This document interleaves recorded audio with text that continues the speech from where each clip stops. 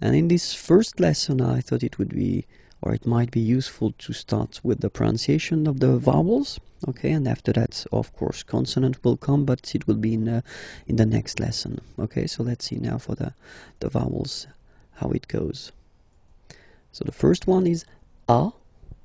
Okay, A. So not really difficult to pronounce for most of you. Second one is repeat, okay. Remember that on this vowel we can put some accents, okay, and then it will affect the way you will pronounce the okay, but if it's like that without any accent and you need to spell it or to pronounce the letter, it's okay, Next one is E, then O. Okay, so don't be afraid to put your mouth really round. O, okay, so it's quite deep. O, okay, then U. So this U can be tricky. So from my experience of teaching, I've been noticing that, well, in most of the cases for American people, it can be quite tricky at the beginning. So you really need to insist on that. It's U. Okay, Spanish-speaking persons can have some difficulties as well for that. Okay, so don't be afraid to pronounce. So really, it's not U, because in most of the cases that's the mistake people tend to make. They pronounce it like U. Okay, now in that case, it's really U. So really narrow sound. Okay, so don't be afraid to insist on that. And the last one is well, it's Y. So if you need to spell it, then you say Y. Okay, when you pronounce it, it's like E. Okay, but the name of the letter is Y. Okay, so if we check them again one more time, this one is A, then comes I, O, U, remember, U, and the last one, Y for the name, okay, but then the pronunciation is E, alright? And in this lesson, we'll discover the pronunciation of the consonants, so les consonnes. Are you ready? So let's start now. Okay, so les consonnes, B. Okay, so this one shouldn't be that difficult to produce. B. Then comes C. Okay, C. D. F. G. Okay, so if we want to repeat them one more time, B, C, D, F, G. Okay, let's see the others. H, J, K,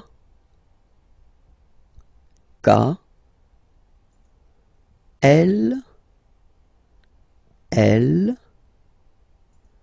M. Okay, one more time. H, J, K, L, M. Okay, and then of course it continues. N, P, Q, R.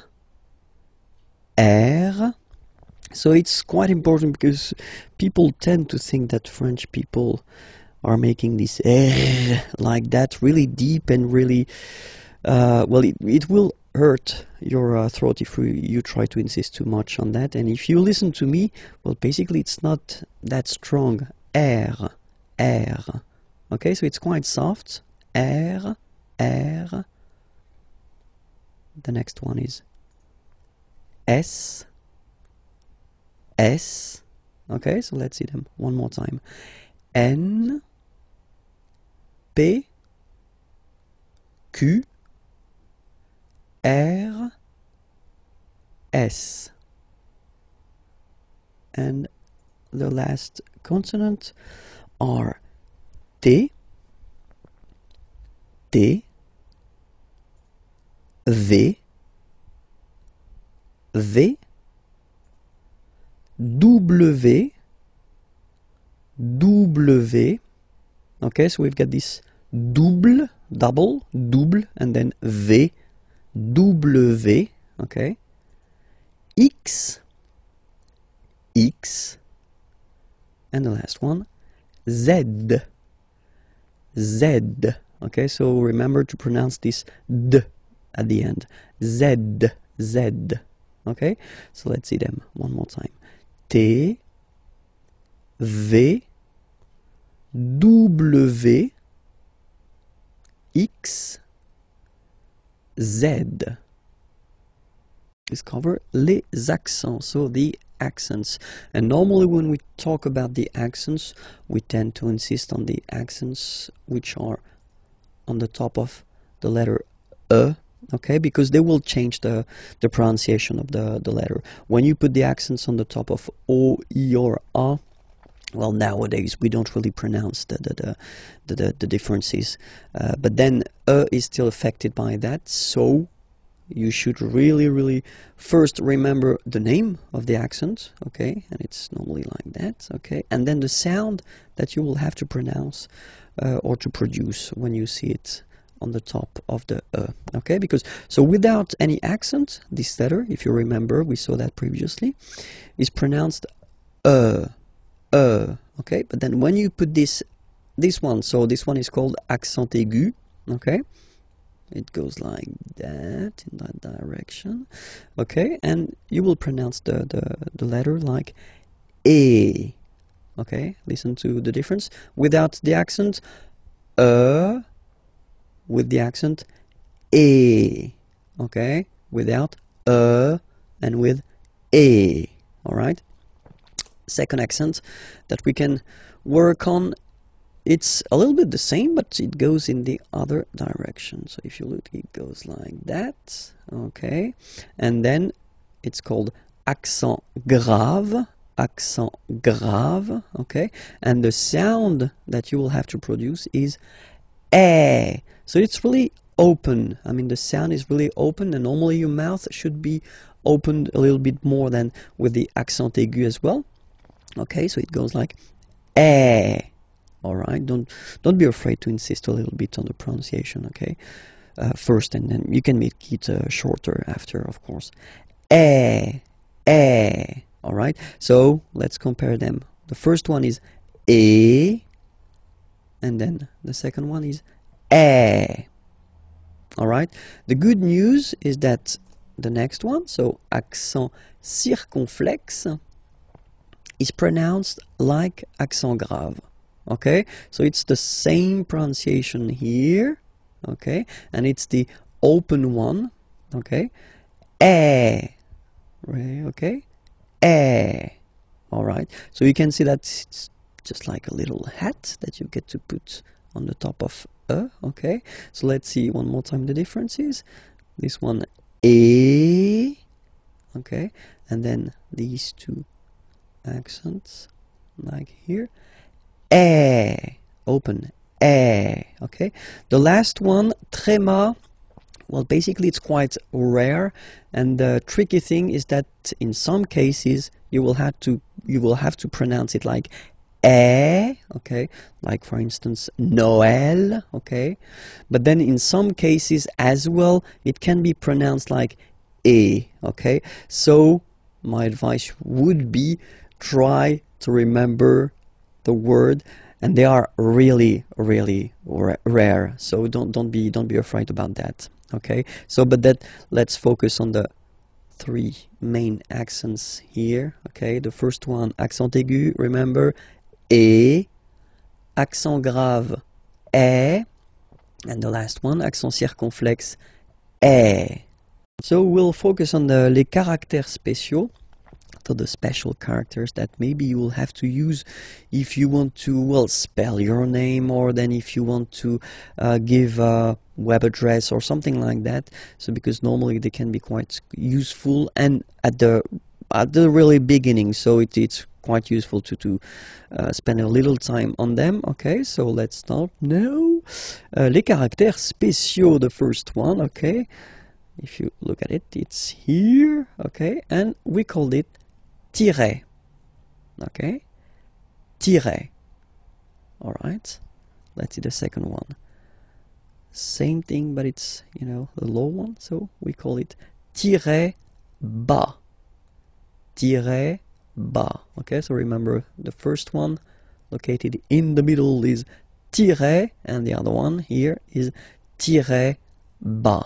Okay, let's see the other one. So officially we called it arrobase, okay, but then, well, let's be honest, we can hear many French people or French-speaking people using this at, okay, but then the French were, of course, at, all right, but officially it should be arrobase, okay, so don't be surprised if someone is using that, or then you can use it as well, because that's the way it should be used. So arrobase, okay, here, so the dot, okay, because it's not always easy to spot here, we call it point, okay, point, all right, so one more time, tiret, tiret bas, arrobase, point, okay, and then it continues a little bit.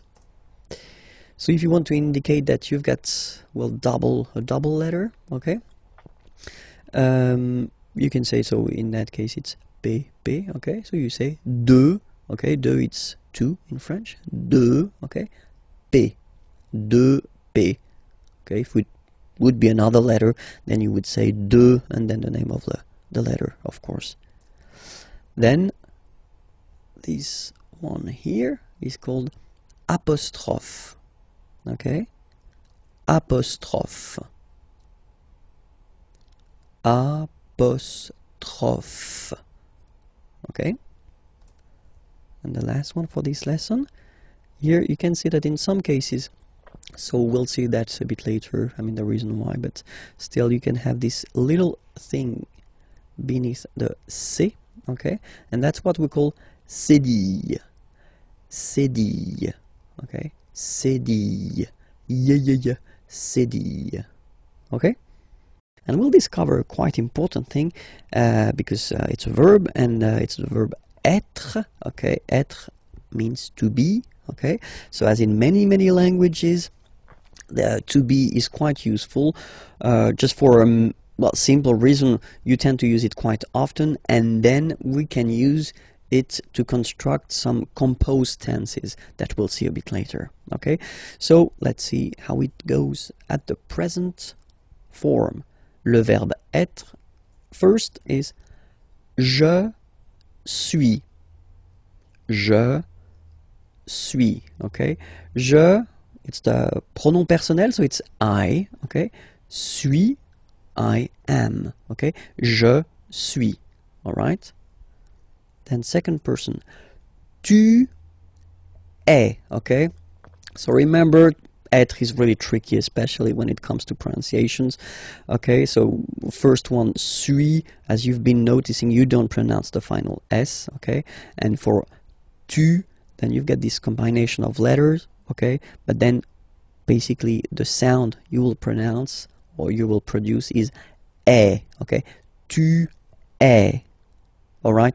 Je suis, tu es, okay. So let's see the next one. So you've got this il, okay, so it's a capital letter, but then it's I and then L, okay. Il, so it's he, okay, masculine form, and then elle, she, so feminine form, okay. And this is the verb, so il est, or then elle est. So you can notice that even if we write them differently, this like that and like that, we pronounce them the same way. And that's usually the difficult thing, you know, with the French language. What you write and what you pronounce can be quite different. Okay, so remember, je suis, tu es, il est, elle est. Okay, so let's see how the next one comes. Here it's nous, nous. Okay, sorry about that. Oops. Nous sommes. Okay, nous sommes. Okay, so you don't pronounce the final S here, it doesn't exist. Sommes. Nous sommes. Okay, then the next one is coming. Vous êtes. Same thing here. Notice that final S is not pronounced. Et. Et. Okay, and then in French we tend to have this liaison. So liaison, it's like a link, okay, that we can make between the words. So in that case, vous is ending with S, and then you tend to make a little link between them.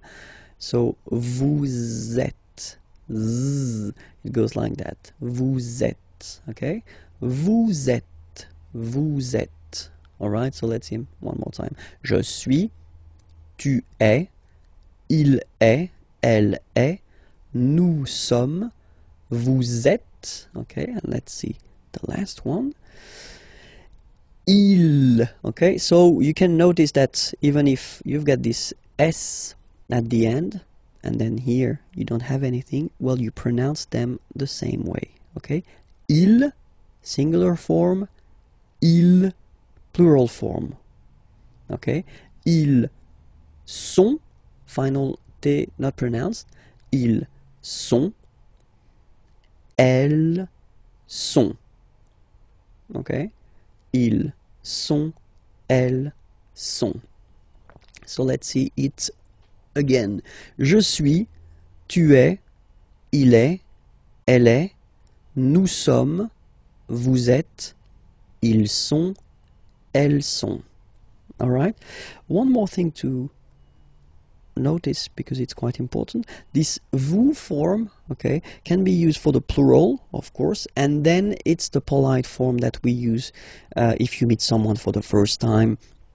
Let's say it's someone that you are connected to professionally, or it's, well, someone important, or then, well, in that case, or then you don't know this person, you should use definitely this vous, okay, for the first time. It's the polite form. After that, you can decide whether you want to use this tu form, okay, which is normally quite common in French, but then first remember that vous is better. Okay, let's see a few examples now. Okay, first, I've been writing this question. So, quelle est votre nationalité? Okay, so here to show you that it's here. Quelle means what, est is, votre, your. So it's according to this vous. Okay, so the polite form of your, and then nationalité, nationality. Okay, so let's repeat the question. Quelle est votre nationalité? All right. And in French, we tend to raise the voice at the end when we've got this little point d'interrogation. If it's a question, don't be afraid to go like yoop and raise a little bit at the end. Okay. So, quelle est votre nationalité?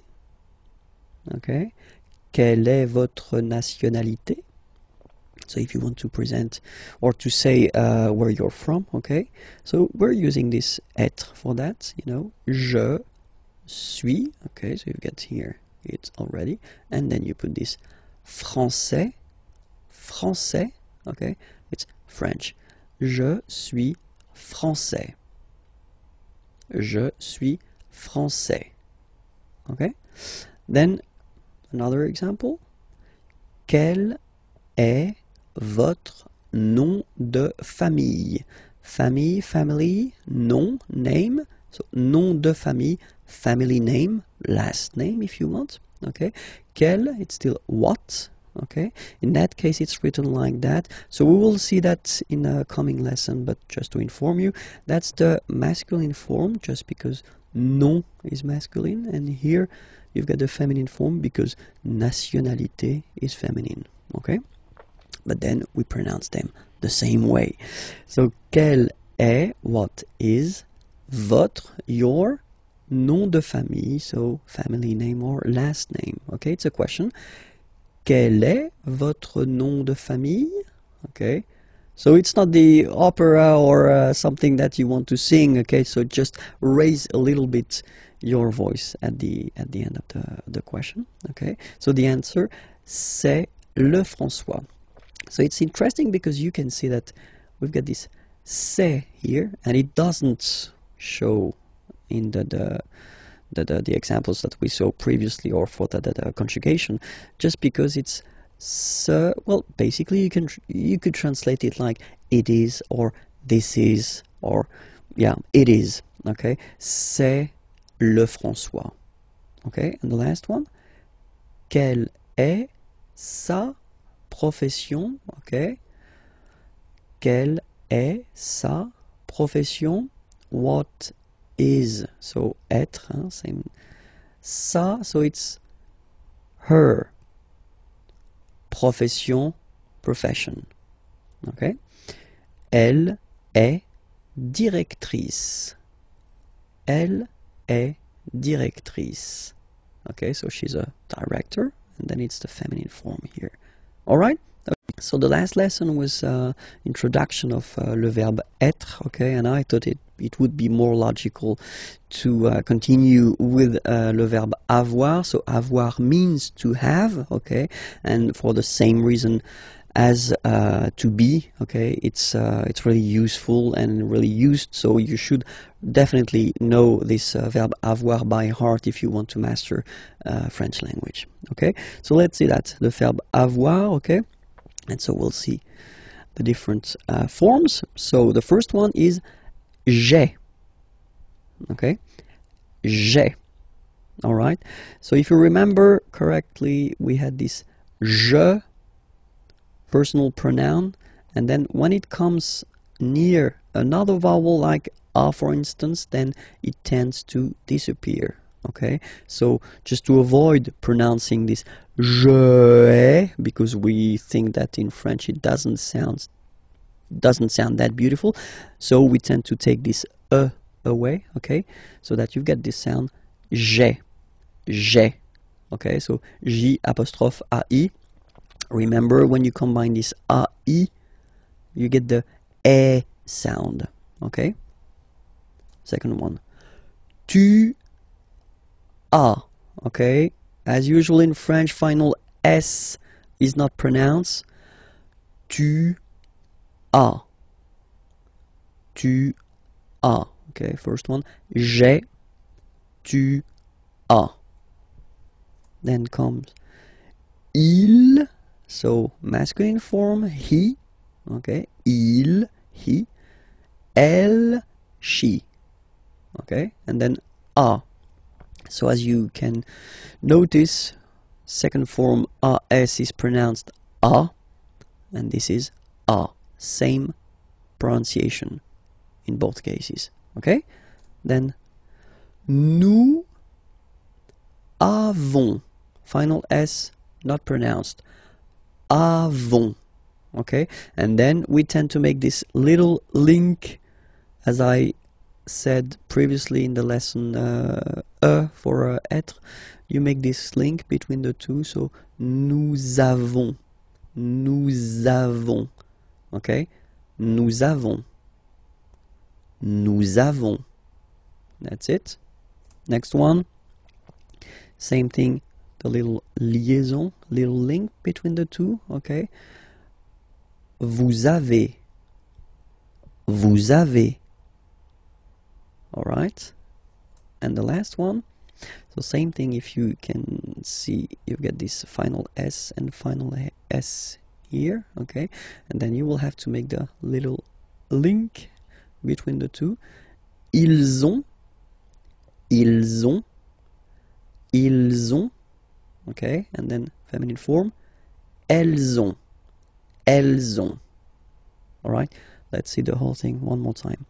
J'ai, tu as, il a, elle a, nous avons, vous avez,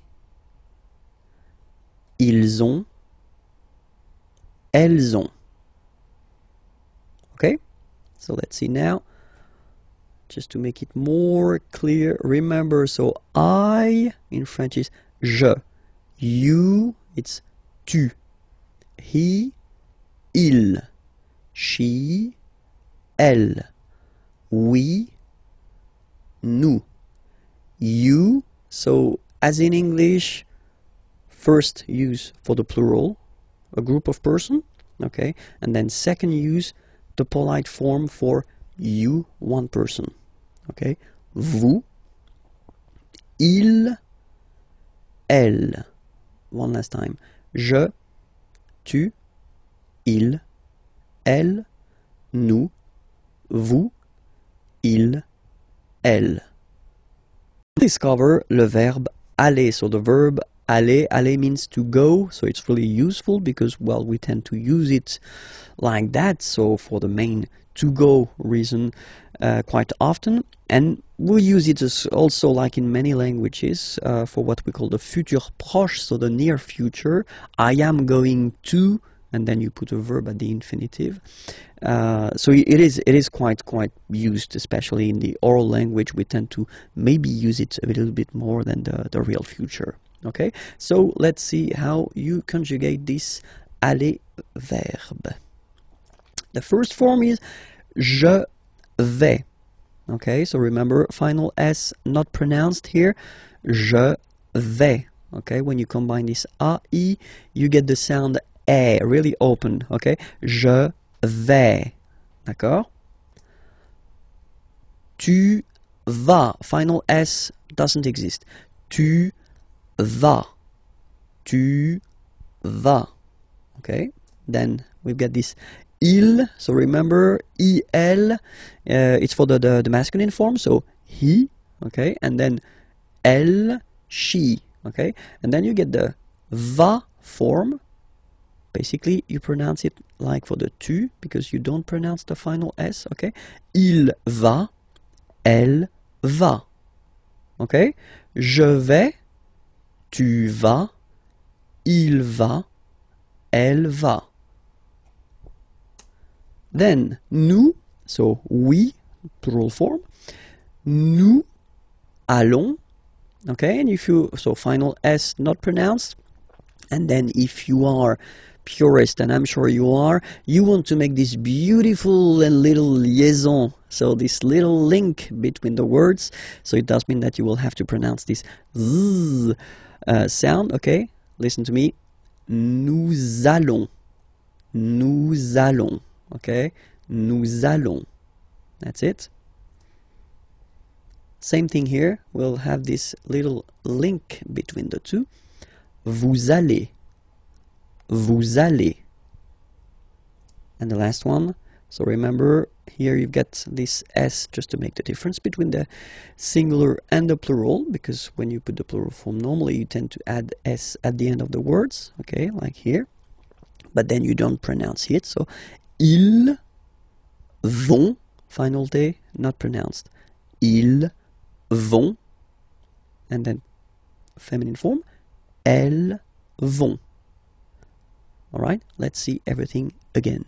Je vais, tu vas, il va, elle va, nous allons, vous allez, ils vont, elles vont. Alright? And then, just few examples, just to show you how useful this aller verb can be, because we tend to use this aller verb when you want to ask if someone is doing fine, okay? So the first question, how do you do, in French is comment, so how, comment, allez-vous? And then, same thing here, little link between the two. Comment allez-vous? comment allez-vous? Alright, so I've been putting this vous form here for the first example, just to show you that if you meet someone for the first time, then it's better to use this vous. So here, the vous form, so because it's the polite form. Okay, comment allez-vous? Okay, it's a question, so raise a little bit your voice at the end, like comment allez-vous? Okay, you see, comment allez-vous? Alright, so answer when you want to say I'm doing fine. Okay, je vais bien, and then you say merci, thank you. Je vais bien, merci. So now, if you know the person, okay, you get two options. I mean, normally that's the most used one. The first one would be comment vas-tu? Okay, so in that case you just switch and you change this you, so polite form, and you change it with this tu form. Comment vas-tu? Okay, well, answer can be the same, you know, je vais bien, merci. Okay, and the other one, comment ça va? Okay, it would be like impersonal form. Okay, so you're not really addressing directly to the person. How is it going? Could be translated. Could be translated like that in English. Okay, comment ça va? Okay, you raise a little bit at the end. Comment ça va? And then same thing. You can answer with ça va, merci. Okay, so let's read them. Comment allez-vous? Je vais bien, merci. Comment vas-tu? Je vais bien, merci. Comment ça va? Ça va, merci. We will discover le verbe s'appeler. So previously we've been seeing three verbs. So the first one was être, to be, yeah, and then after that it was avoir, to have, and then in the last or previous lesson it was aller, to go. And I thought it would be useful to introduce this s'appeler verb, because normally that's the verb you tend to use at the right beginning when you want to introduce yourself, because if you say my name is, well, in French we will use this s'appeler verb. Okay, it is always tricky and a big challenge for a French teacher to introduce this s'appeler verb at the real beginning, because it belongs to this group of verbs that we call verb pronominaux. So you'll see why, because if you compare it to the others, something is coming there. Okay, so if you remember, when we conjugate a verb, first we put the pronom personnel, so the personal pronoun here. So je is like I. Okay, and then so basically the verb appeler means to call. Okay, so without this s, okay, appeler is to call. Okay, and then when you had this s here, and then if you transform it like in this form, I call, and this is a pronoun, it's like me, so it's like I call myself, I call me. So it's just the way we've got in French to introduce ourselves. Okay, so it's je m'appelle. Okay, je m'appelle. Alright, second form, tu t'appelles. Okay, remember, final S not pronounced. Tu t'appelles. Okay, then il s'appelle. Il s'appelle. Elle s'appelle. Elle s'appelle. And then the funny thing for nous or vous, you'll see that, well, basically we repeat it, it's just a pronoun. So we call ourselves, if you want, okay, but then we put the pronouns before the verb. Okay, nous appelons, and then little link would be perfect. So let's pronounce the whole thing again. Nous appelons.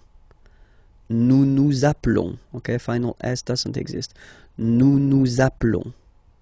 Okay, then vous appelez.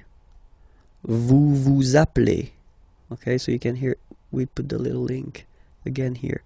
Vous appelez. All right, and the last one, il s'appelle, elle s'appelle. Okay, so one thing that you should remember, and probably you did here. Okay, so here for nous and vous, so we've got only one L, like here in the infinitive form. So that's the reason why I've been pronouncing appelons. Okay, and then appeler. Alright, but for je, so if you can spot it here, look, we've got double L here, double L, and then for the plural form double L. So when you get this E vowel and then you get a double consonant, and well, they are the same, then it does change the pronunciation of E. You tend to pronounce it like really open. That's the reason why you pronounce it appel, appel. Okay, appel, appel, appel, and appel. Alright, so as I said, that's the tricky thing with French language. I mean, you write them like here without S, here with S, and here with E and T, you pronounce them the same way. Je m'appelle, tu t'appelles, il, elle s'appelle, il, elle s'appelle. Okay? Alright. And now a few examples. Comment vous vous appelez? Okay, so comment vous vous appelez? So when you want to know the name of someone, you know. Comment vous vous appelez? Answer. Je m'appelle Vincent. Et vous? Okay, so I am Vincent. I call myself Vincent if you want. Vincent. Et vous? And you? Okay, so you want to know the name of the person who is asking this question. Okay. The other possibility that you would have, you know, so first you've been starting with comment and then vous vous appelez. Okay, so that's the, well, a common way of asking the question. All right. Other possibility would be to start with vous vous appelez. Okay, so technically you just take the verb and then you put this comment, how, at the end. Okay, it would be possible as well. Okay, remember to raise your voice. Vous vous appelez comment? All right. And the last one is the more correct form. Okay, so first you should start with comment, how, and then, as in many languages, you should, well, change a little bit the order of the structure of the sentence. Okay, vous appelez vous. Okay, that's the real correct way to ask the name of someone, you know. Comment vous appelez-vous? All right, and then you raise your voice. Comment vous appelez-vous? All right, so let's repeat them. Comment vous vous appelez? Vous vous appelez comment? Comment vous appelez-vous? All right, we'll discover in this lesson pour se présenter. So if you want to present yourself, okay, so it will be a really short lesson, but still quite useful. Because, well, technically you will have to present yourself at one point when you speak with French people or French-speaking people. Okay, so let's discover how it goes. The first one, well, you tend to use this appeler verb, okay. Je m'appelle Vincent Lefrançois, okay. Je m'appelle Vincent Lefrançois. So you use this s'appeler verb. So I did introduce this verb in the previous lesson, so it was leçon H. Okay, so if you didn't see this lesson, I definitely invite you to watch it, because I tend to explain the reason why, you know, I've got this, well, there is this je m'appelle form. Okay, so je m'appelle Vincent Lefrançois. So that's the first possibility you will have. The other possibility is to use this être, so to be verb. Je suis, I am. Je suis Vincent Lefrançois. Okay, so the first one. Je m'appelle, so basically s'appeler or je m'appelle, you could translate it directly, but well, it's not really interesting, but still, you know, I call myself, okay, so that's the verb we tend to use when we introduce ourselves. Je m'appelle Vincent Lefrançois, okay, and then the second one, I am, je suis Vincent Lefrançois, and the last option we will have is mon nom, my name, mon nom is Vincent Lefrançois. Okay, first option, je m'appelle Vincent Lefrançois. Second, je suis Vincent Lefrançois. Last one, mon nom est Vincent Lefrançois. Of course, the first one is the most used. Okay, even if the verb is a bit tricky at the beginning, definitely you should work on it, and you should, well, master this s'appeler verb, because that's the one we will use when we introduce ourselves. Okay, we'll discover les articles définis, so definite articles. In English it would be the, okay, but in French, of course, as usual, we've got the difference between the masculine form, the feminine form, and the plural form. Okay, and we start with the masculine form, so we've got le, okay, and then in some cases this vowel if it's close to other vowels, so if there is a word after that starting with a vowel, in some cases it will have to disappear. Okay, so you will get this L apostrophe, so that's the reason I've been writing it here. Okay, but then the main form is le. Okay, then la, feminine form, la, same for the same reason, you know, you will have this option L apostrophe as well. And then the plural form is les. Okay, so whereas in English you get only, there is only this the form, in French we will have the difference between the masculine form le, the feminine form la, and then the plural form les. So of course, according to the word, you will have to choose the correct article. So we'll take a few examples here. The first one is chien. Chien is a dog. And in French, chien, like that, it's masculine, so le chien. So basically, you just put the article le and then chien. Okay. In that case, second case, ordinateur. Well, you can see that it starts with the vowel o. Okay, and as I said, you know, and o, they don't get along that well. So you get to take this away, and then you get this l'ordinateur. L'ordinateur. All right, and third example, so I took on purpose this hôtel, okay, because it starts with H, but remember that in French we don't pronounce H, okay, so basically the first sound of the word is the vowel O, okay, so for the same reason, needs to disappear.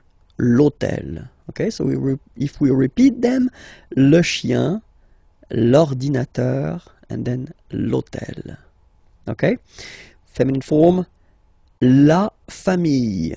Okay, so no problem. So family, la famille. Okay, then we've got argent, money, argent. Same for the same reason. So l'argent. Okay, you get to take this away. L'argent, and same thing as previously when what we saw for the masculine part. Even if you've got this h, then the first sound you hear is a. Okay, so for the same reason you will have to take this a away, and then you get this l'habitation. L'habitation. Okay, and then I've been taking, well, basically the example from here, chien. Okay, and then I put s at the end. And it's the mark of the plural, okay? So you put les chiens, the dogs, okay? Les chiens. And then you take famille, family, okay? You just add this final S, and you get the plural form, les familles, okay? Remember, chien, singular form, chien, same pronunciation, but you put this S, okay? Final S, not pronounced.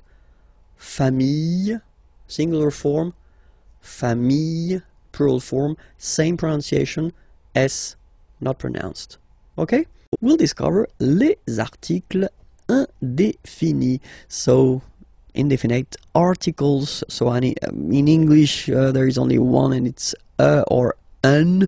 Okay? And in French, we've got always the difference between the masculine form, the feminine form and the plural form, as we saw in the previous lesson. Remember, for the definite articles, okay, it was the same, okay, and in this lesson, so article indéfini, well, it's the same. We'll start with the masculine form, and the masculine form goes like that. So when you put these two letters together, it can be quite tricky to pronounce at the beginning. Of course, after that you will master it without any problem and without any doubt, but you've got to pronounce it like un. So it's what we call the nasal, so it goes in your nose, okay? Un.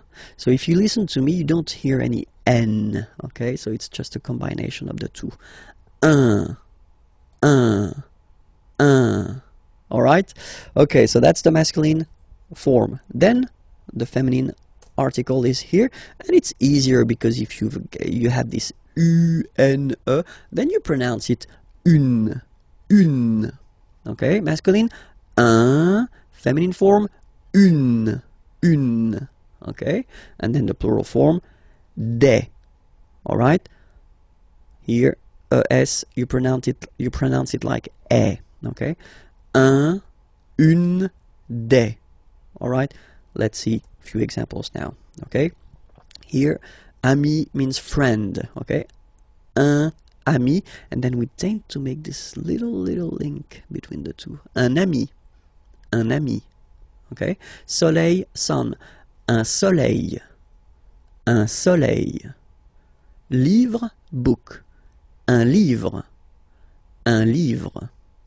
Voiture, car, feminine. Une voiture.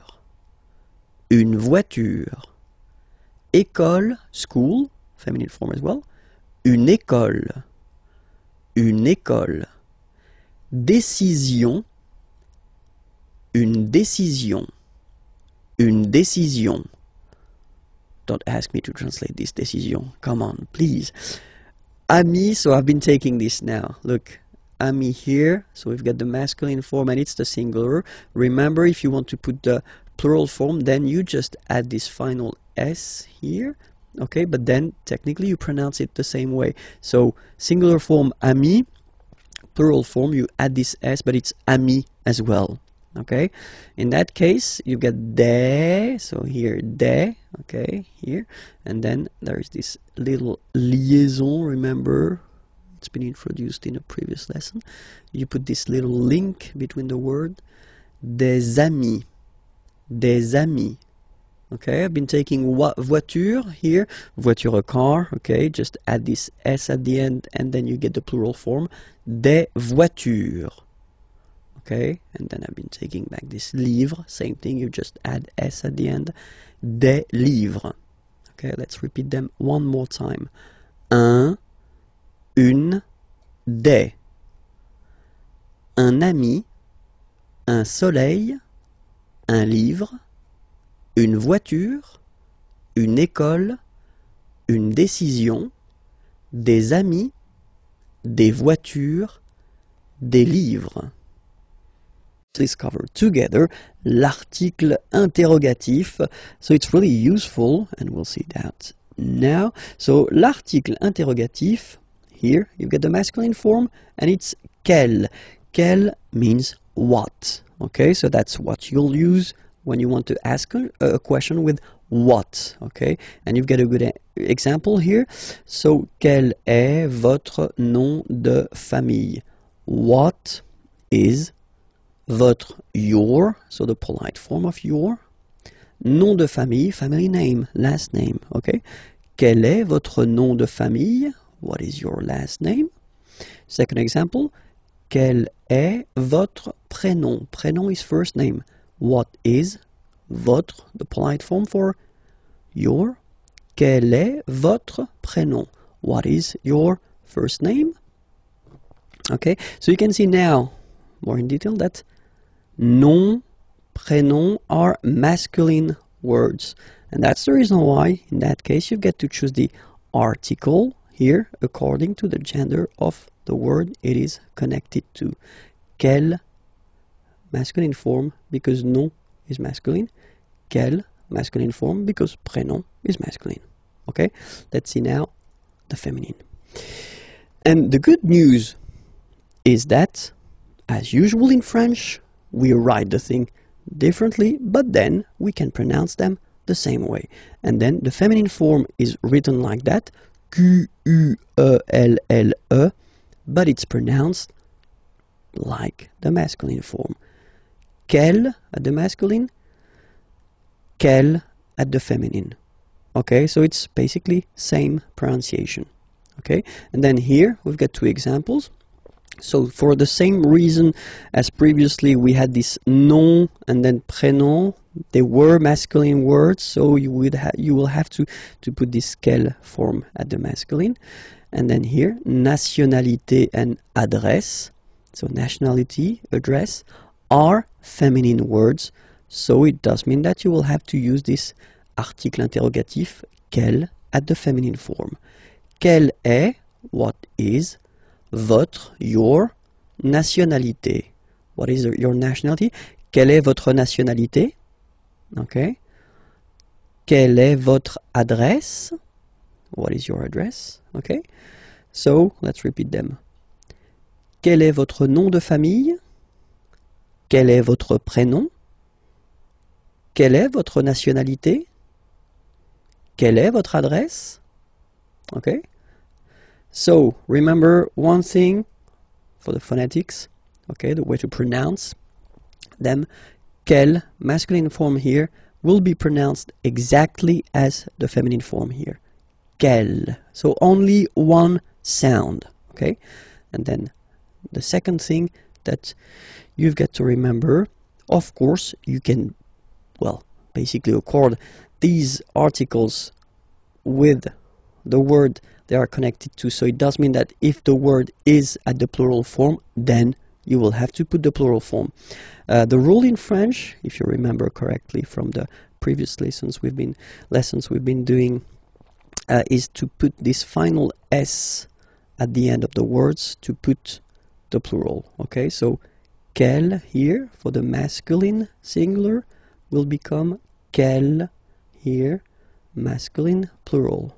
Okay, quelle here, feminine singular, will become quelle with the S, feminine plural. And the good news is that you will pronounce them the same way. Alright, so quelle, quelle, quelle, and quelle.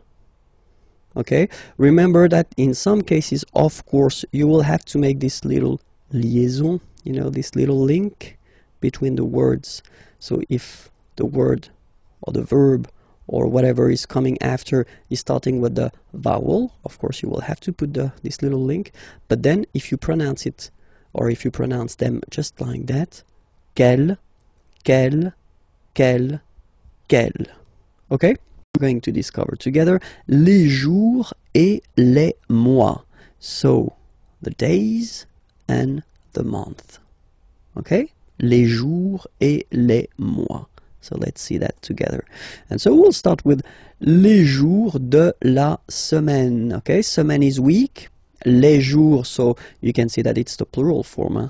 The days. Huh? Les jours of de la semaine. Les jours de la semaine, the days of the week.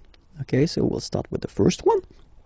And in France, the week starts with lundi, Monday, lundi, lundi.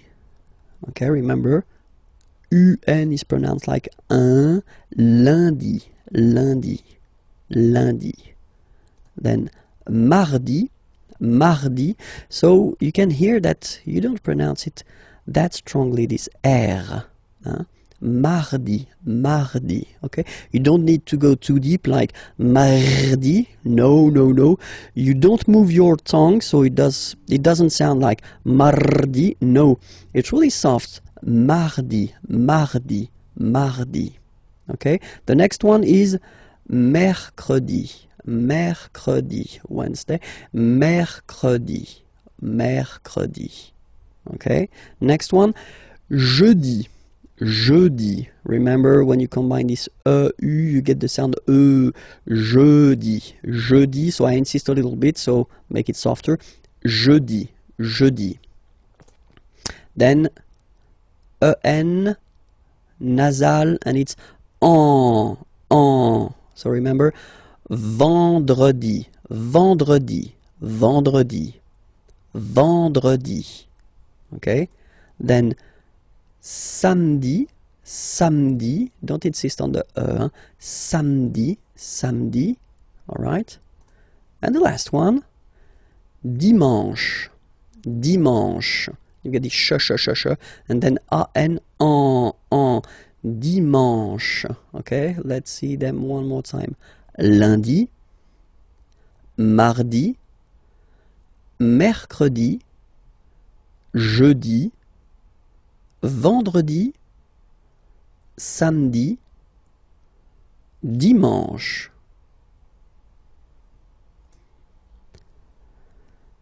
Normally, in France, we tend to use this le weekend. So if we're talking about the weekend, okay, but then pronounce it the French way, weekend. Le weekend, okay. But then in other French-speaking countries, they tend to use this la fin de semaine, okay. But then in most of the cases, if you talk with French people, it will be le weekend, le weekend. If you want to talk about les mois de l'année, okay, année, year, mois, month, okay, les mois de l'année.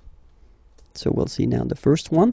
The first one, January, so it looks, well, it looks a bit the same, no? No, wow, no. But anyway, janvier, so that's the way to pronounce it. Janvier, A-N, en, okay, and then ye, janvier. Then comes février, février. Okay, remember when you have this accent aigu on the top of then you pronounce it e. Okay, there is a lesson regarding this topic, so don't be afraid. And if you're not sure about that, well, try to practice it. Février, février.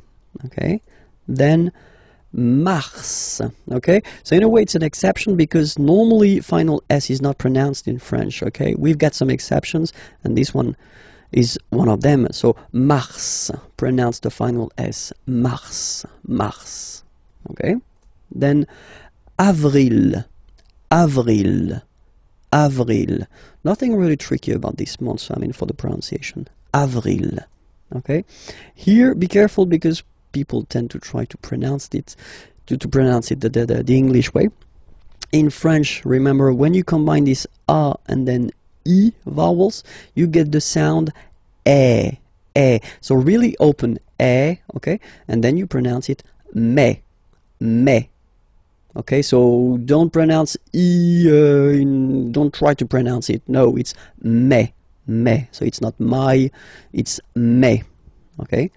And then here, well, it's a bit tricky, but still, en goes like un, okay, and then you get juin, juin. Okay, let's see them one more time. Janvier, février, mars, avril, mai, juin. Okay, second round. Hop. Juillet. Okay, you get this double L here. Juillet. Don't pronounce this final T, E-T here at the end. Juillet. So it's July. And then here, two options because, well, two options are acceptable in French. The first one, you don't pronounce the final T. Ou. Second one, you pronounce it août. Alright, so remember, first option, don't pronounce it ou. Second option, you pronounce it août. Okay? Then, well, it's quite simple normally for English-speaking persons, or then it's quite close to other languages as well. So septembre, septembre. Remember this EM en septembre. Brr, brr. You don't insist on the final E. Septembre, septembre. Then same thing here. Don't insist on the final E. Octobre, octobre, octobre. Novembre, novembre, novembre.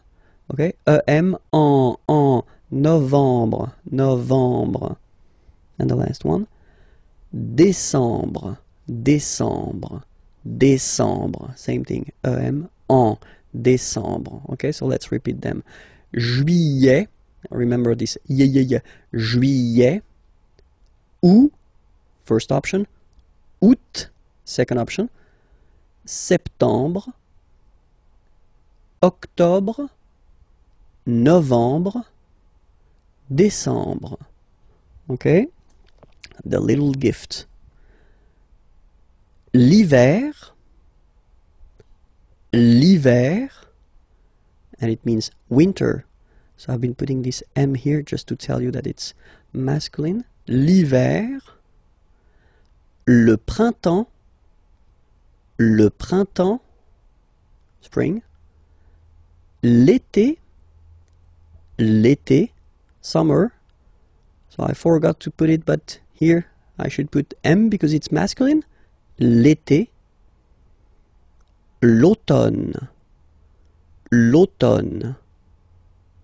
And same thing here, it should be M, automne, masculine.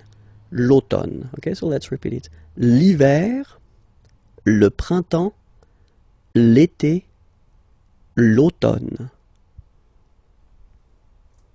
And then, the last thing for this lesson, if you want to introduce the dates, okay, so if you want to tell what day it is today, so aujourd'hui means today. Aujourd'hui, today. Nous sommes, so we use the verb to be, okay, we are, nous sommes, le 8 juin 2012. Okay, so forget for the 2012, don't be afraid. We'll see that a bit later for the numbers. Okay, aujourd'hui, today, nous sommes, we are, le, you put the article, definite article, okay, and then you put the date here. Okay, you start with the number, the month, and then the year. Okay, or then, second option, aujourd'hui, so it doesn't change, it's here, today, c'est, it is, this is, and then you put the date, le 8 juin 2012. Okay? Le masculin et le féminin. So let's see how we will modify some words that are masculine into a feminine form here. Because, for instance, we're talking about, well, whether professions or occupations. Here, student, assistant, actor, dancer, baker, and then computer scientist. It looks quite nice in English. Informaticien is nice, but still in English. Computer scientist, it's really interesting. Okay, so the rule in French is to add a at the end of a word to put the feminine form. Okay, so for instance here we've got étudiant, and then we've got assistant here. Okay, you just take it back here, étudiant, and then you will add this a at the end without modifying the first part. Okay, so it will of course change a little bit the pronunciation, because you will pronounce it at the masculine form. Il est étudiant. Okay, A-N-T, étudiant. Okay, but then for the feminine form, elle est étudiante. Okay, t, t, t. Okay, you don't really insist on the E, but you insist quite much on the T. Elle est étudiante. Il est assistant. So don't pronounce the final T here. But for the feminine form, elle est assistante. Okay, étudiant, étudiante. Assistant, assistante. All right. Then we've got now the tricky ones. Il est acteur. Okay, so it's one of the irregular ones. E-U-R here, acteur, and it will become ris. So E-U-R is becoming ris. Elle est actrice. So acteur is becoming actrice. Okay, and then we've got a second group with this E-U-R combination. Il est danseur. E-U-R is becoming euse. Danseuse. Okay, danseur masculine, danseuse feminine form. Il est danseur. Elle est danseuse. Okay, then we've got this group like boulanger, boulanger, ER. So if you add this final E at the end, then you will have to put this accent here, accent grave. Remember, when you've got this E plus this accent grave, you pronounce it like E, really open E sound. Okay, so boulanger, boulanger, and then feminine form, boulangère, boulangère. Same thing, don't insist too much on the final E, boulangère. Okay, il est boulanger, elle est boulangère. Alright?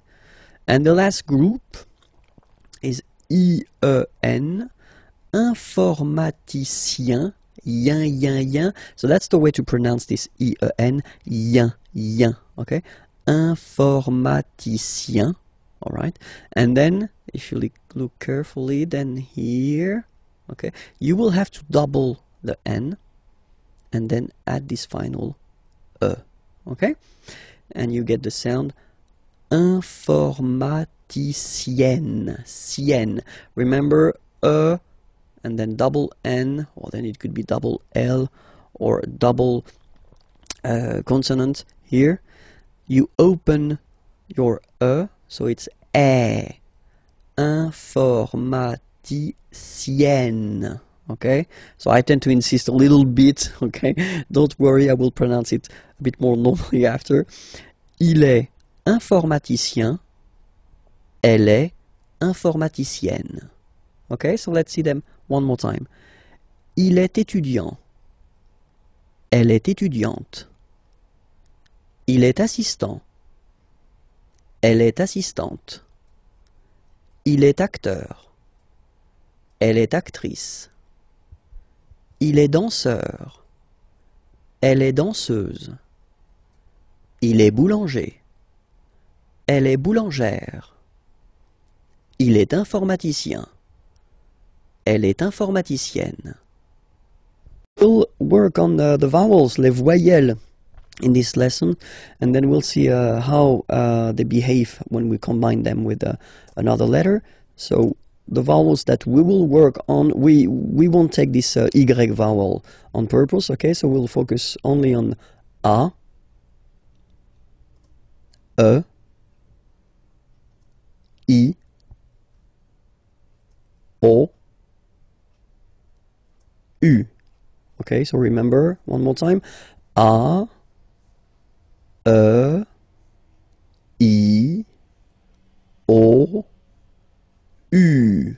Okay, remember this U is usually can be quite tricky for English-speaking persons, especially the difference between the U and the U. Okay, but we'll see that a bit later.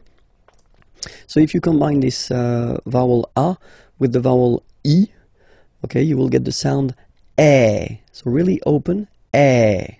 Okay, and then if you combine it with the vowel U, then you will get the sound O. O. Alright, so, well, exactly the same sound as this O vowel here. So it's the same O. Okay? And then if you combine it with the letter N, in that case, you will get what we call nasal. So it goes in your nose, and then you get the sound en. En. Okay? If you listen carefully, well, basically you don't listen, or you don't hear, sorry, any N in my pronunciation. En. En. Okay, let's see what happens with a. So a combined with the vowel e will give you the sound e. So the same sound as we had previously here. Okay, so it's the same sound and it's e, so really open. And now if you combine it with the u, you will get the sound e. And if you combine it with n, then you get the sound en. So the same sound as we had when we combine n with a, okay? En. Alright, so let's see now for e. So for e, obviously, if you get two times the same letter, then it will be a bit longer, so e.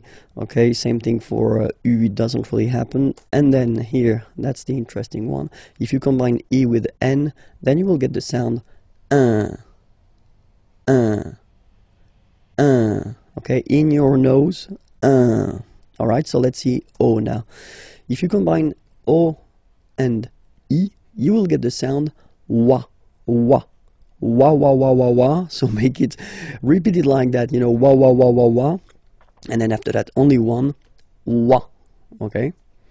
Then if you combine it with u, you will get the sound oo.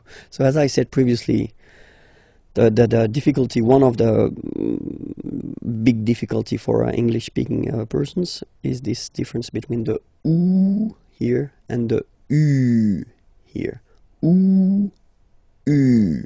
Okay, so you'll have the time to work on that, but still it's oo in that case. If you combine it with n, then you will get the sound on. Same thing, nasal, so in your nose, on. Alright, let's see the last one. So if you combine u and e, you get the sound oui. Alright, so really u, it's not oo, okay, so it's u, oui. Alright, and then, well, basically it doesn't exist, this uo. And if you combine it with the n, then you get the sound un. So before we had the difference between this un here and this un here, but nowadays in France, at least, you don't make any difference between the two. Okay, so it's un here and un here. All right, so let's see them one more time. A, e, o, en. E, e, en. I, un. O, wa, ou, on, u, ui, un. We'll discover les chiffres in this lesson. I hope you're ready because it's starting right now. Les chiffres. 0. Okay, so remember, you get this z and then e accent aigu, zéro. Okay, then 1. All right, so when you combine this u and n, you get the nasal sound 1. 2. Final X not pronounced, okay? 2. 3. Final S not pronounced. 3. 4. Okay? So remember that even if you get this U vowel here, basically you don't pronounce it, because that's the rule in French. When we get this Q letter and then a vowel after, then we will have to put this U, okay? So you get this Q-U-A, but then the sound that you will pronounce is K, okay? 4. All right? And next, 5.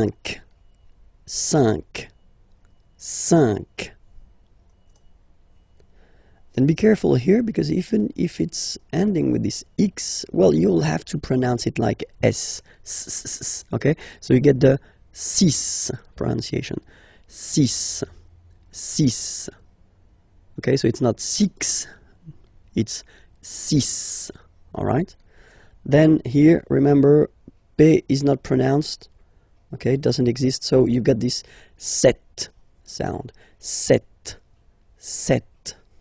Okay. Then here, final T is pronounced. So huit, huit. Remember in French this H letter here, okay, doesn't exist phonetically, so we don't really pronounce it, okay, so if you listen carefully, you will only listen or hear these vowels at the beginning of the word.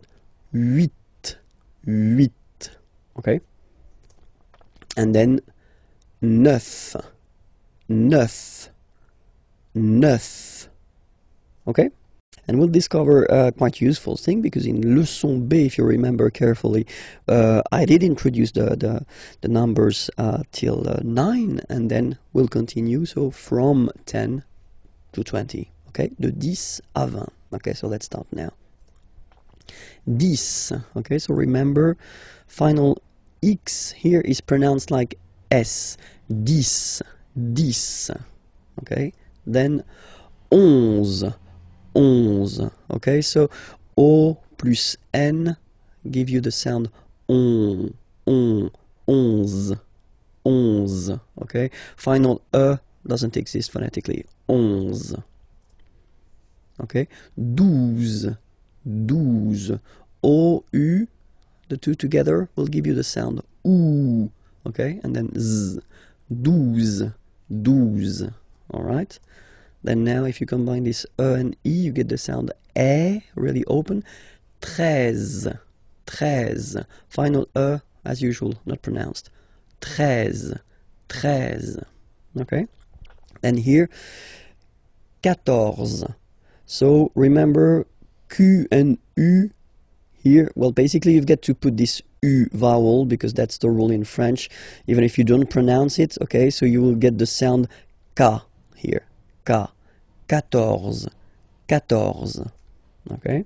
Same thing here, U doesn't exist, so quinze, quinze, quinze, alright? IN, nasal, so it's un, quinze, quinze, okay? Then it continues, of course. Now you get this seize, seize, same thing, final E doesn't exist, seize. E and E together, they give you the sound really open. Says, says, okay? Then it becomes logical now, because if you look carefully, you get this dix, okay? Dix, and then sept. So if you remember this, it's here, it's 10, and then sept, 7, okay? So it's clear. But then for the pronunciation, 17. Okay, so you don't insist on the S. 17, 17, 17. Okay, then 18. So you will make this little link between the two, the liaison. 18, 18, 18. Okay, then 19, 19, 19. Okay, E-U, E, neuf, neuf, neuf, 19. And the last one, so this G letter is here, but you don't pronounce it, okay? And then final T doesn't exist phonetically either, so basically you will only need to pronounce these 3 letters, so you get V, V, and then you get nasal, IN, un, 20, 20, 20, okay?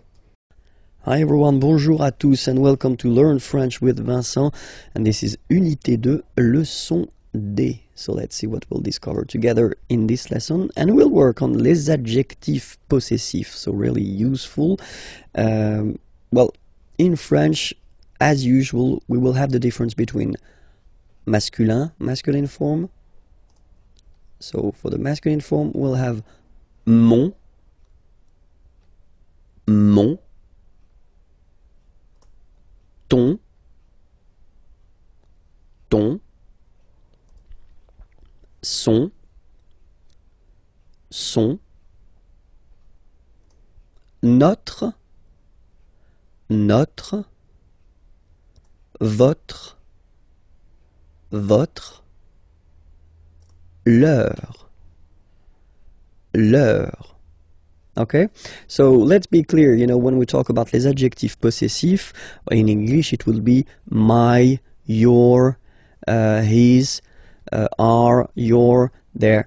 Okay, but then in French, well, basically we'll have the difference between the masculine, the feminine, and the plural. And then keep in mind, we'll see that a bit later when I will give you some examples, that in French we don't decide whether it's masculine, feminine, or plural according to the subject, like in English, because in English you put whether the masculine or the feminine according to the subject, but we will in French put the masculine according to, or the feminine or the plural, according to the word it is connected to. Okay, so it's quite important to just remember that, because it will be really important for the decision whether you put the masculine or the feminine or the plural form. Okay, so we saw first now here the masculine form. Let's check the feminine form, and it's ma, ta, sa. Okay, so you can see well, of course differences, but then still, you know, it works like M, T, and then T, and S. Okay, so, well, mon, masculine, ma, feminine form, ton, masculine form, ta, feminine form, son, masculine form, sa, feminine form. And then the good news is that notre is the same, votre is the same, and then leur is the same. Okay, so you don't really have a difference between these three persons. You will have to use the same adjective possessive. Okay, so the only difference is there: mon, ton, son, ma, ta, sa. Okay, and now let's see the plural part here. Okay, so for the phonetical or pronunciation aspect of it, then remember that this es here combined will give you the sound eh. Okay, so you'll pronounce it like me, me, me. Okay, te. So logical, same pronunciation here. Te, se. All right, so me, te, se. Okay, and then for the plural, no, vos, and then leur. Okay, so remember, even if you've got this final S, you don't pronounce it, as it was the case already for this word, no, you don't pronounce the final S, vos, you don't pronounce it, leur. Okay, so if we see that one more time, it's me, te, se, and then no, vos, leur. Okay, so let's see a few examples now. So for the masculine, mon père. Okay, so père means father.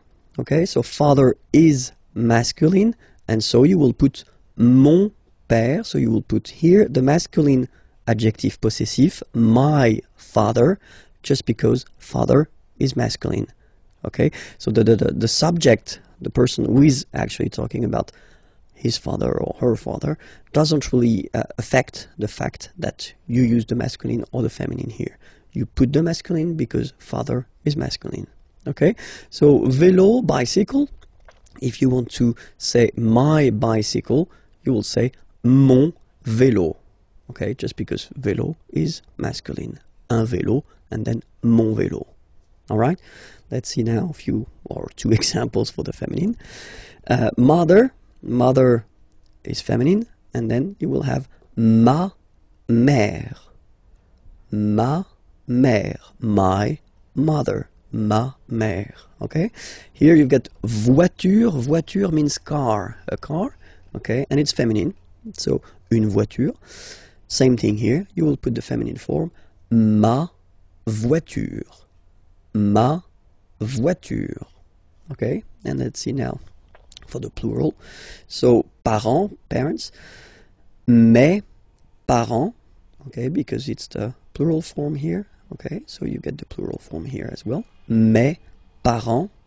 Okay, and then amis, friends. Okay, it's the plural form, so it's mes amis. Okay, and then let's be purist and make this beautiful liaison between these two words. Mes amis, mes amis, mes amis. Alright, so I hope it's clear, because of course, as usual in French, we've got some exceptions, and the exceptions are for the feminine words, like identité, for instance. Identité, so it does mean identity, okay? If you look carefully at this word, you can notice that it is starting with a vowel, so I in that case, okay? And then for aesthetical reasons, we think that ma identité, so the way that normally you should put the feminine form, so ma identité, doesn't sound nice, so for that reason we put the masculine adjective possessive. So remember, with the words, feminine words that start with a vowel like I here, identité, you will have to use les adjectifs possessifs masculins, so the masculine form. So it goes like mon identité, so my identity, mon identité. Okay, another example, adresse, so same thing here, adresse is a feminine word, but then it starts with a, okay, same thing, you will have to use adjectif possessif masculin. Mon adresse, my address, mon adresse, okay, you can hear now this little link, so you've got to pronounce this N, mon adresse, okay. And the last one I took, same thing, opposition, well, basically feminine, but then it starts with the O, mon opposition, you make this link, huh? Mon opposition, so let's repeat it one more time, mon identité, mon adresse, mon opposition. Okay, I hope everything was okay with you. So it was leçon D. Okay, so remember to check for the next lesson and the previous lessons there, here, and then you've got, of course, more material at the following website, www.imagier.net. Okay, bye bye. Work on les pronoms toniques. So they're useful, and normally we tend to introduce them quite fast in French because you will have to use them. Les pronoms toniques, so if you remember we saw les pronoms personnels like je, I, tu, you, etc. Okay, but then in that case, when you want to use this pronom tonique, normally you want to insist, okay, and then you want to use this moi form, so moi is me. So that's the main difference between moi, me, and then je, I, because je, normally you will use that to construct a sentence as a subject, okay. Normally this moi is not a subject, so it's not possible to put that right before a verb. It would be a mistake, okay. Moi, so it's me, moi. So remember this OI combination give you the sound wa wa wa, moi, okay. And then you get toi, toi. For the masculine form we get lui, lui, okay, and for the feminine form we've got elle, elle. So you can notice that, well, basically for the masculine it does change because pronom personnel is il, okay, and in that case pronom tonique is lui, all right. But then for the feminine form it's the same, so it's elle, okay. And then good news, same thing for the plural, nous, vous, okay, so they don't change. You get nous and then you get vous as for the pronom personnel, and same thing here for the plural form, third person of the plural, so the masculine form will change and you get the sound remember, final X not pronounced, and then plural elle, elle. Okay, so let's see them one more time. Moi, toi, lui, elle, nous, vous, eux, elle. Okay, so I did prepare a few examples. So the first one, moi, j'aime le tennis. Okay, so here you can see that you start the sentence with moi, okay, so me, okay, and then you have to put pronom personnel, je, okay, so in that case you take the e away because the verb is starting with a vowel, okay, but then j'aime, so this j'aime form, I like, or then I love, okay, le tennis. Moi, j'aime le tennis. So basically, if you start with moi here, you want to insist on the fact that you really like or you really love tennis. Okay, let's see the second example. Toi, tu préfères le golf. Okay, préférer to prefer, obviously. Okay, toi, tu préfères le golf. Toi, tu préfères le golf. Okay? And then here, so we've got here the masculine form. And here we've got the feminine form, so let's see the masculine form first. Lui, il adore le foot. Lui, il adore le foot. Okay? So here, lui, pronom tonique, and then il, pronom personnel, adorer, to adore, le foot. We're talking about football here, okay? Elle déteste, détester means to hate, okay? Le basket, and we're talking about basketball here. Basket, okay? Elle déteste le basket, okay? So even if you see them twice, I mean, you've got this elle, okay? Then remember that in that case, basically you want to insist, really, so you put first pronom tonique. It does look the same as pronom personnel here, but still, you get two different pronouns here. Pronom tonique and then pronom personnel. Elle déteste le basket. Okay? Same thing here. Nous aimons bien la boxe. Okay? So the difference between aimer here, like I love, okay, and aimer bien, normally when you put this bien after aimer, well, it's because you want to insist on the fact that you like, you don't love something, you like it, okay? Nous aimons bien la boxe. All right? Next example. Vous détestez la natation. Vous détestez la natation. Natation is coming from nager to swim, okay? And then natation is the substantive form. Vous détestez la natation. And then the two last examples. So first the masculine here, and then the feminine here. So let's see the masculine form. Eux, so if you remember, it was eux, pronom tonique.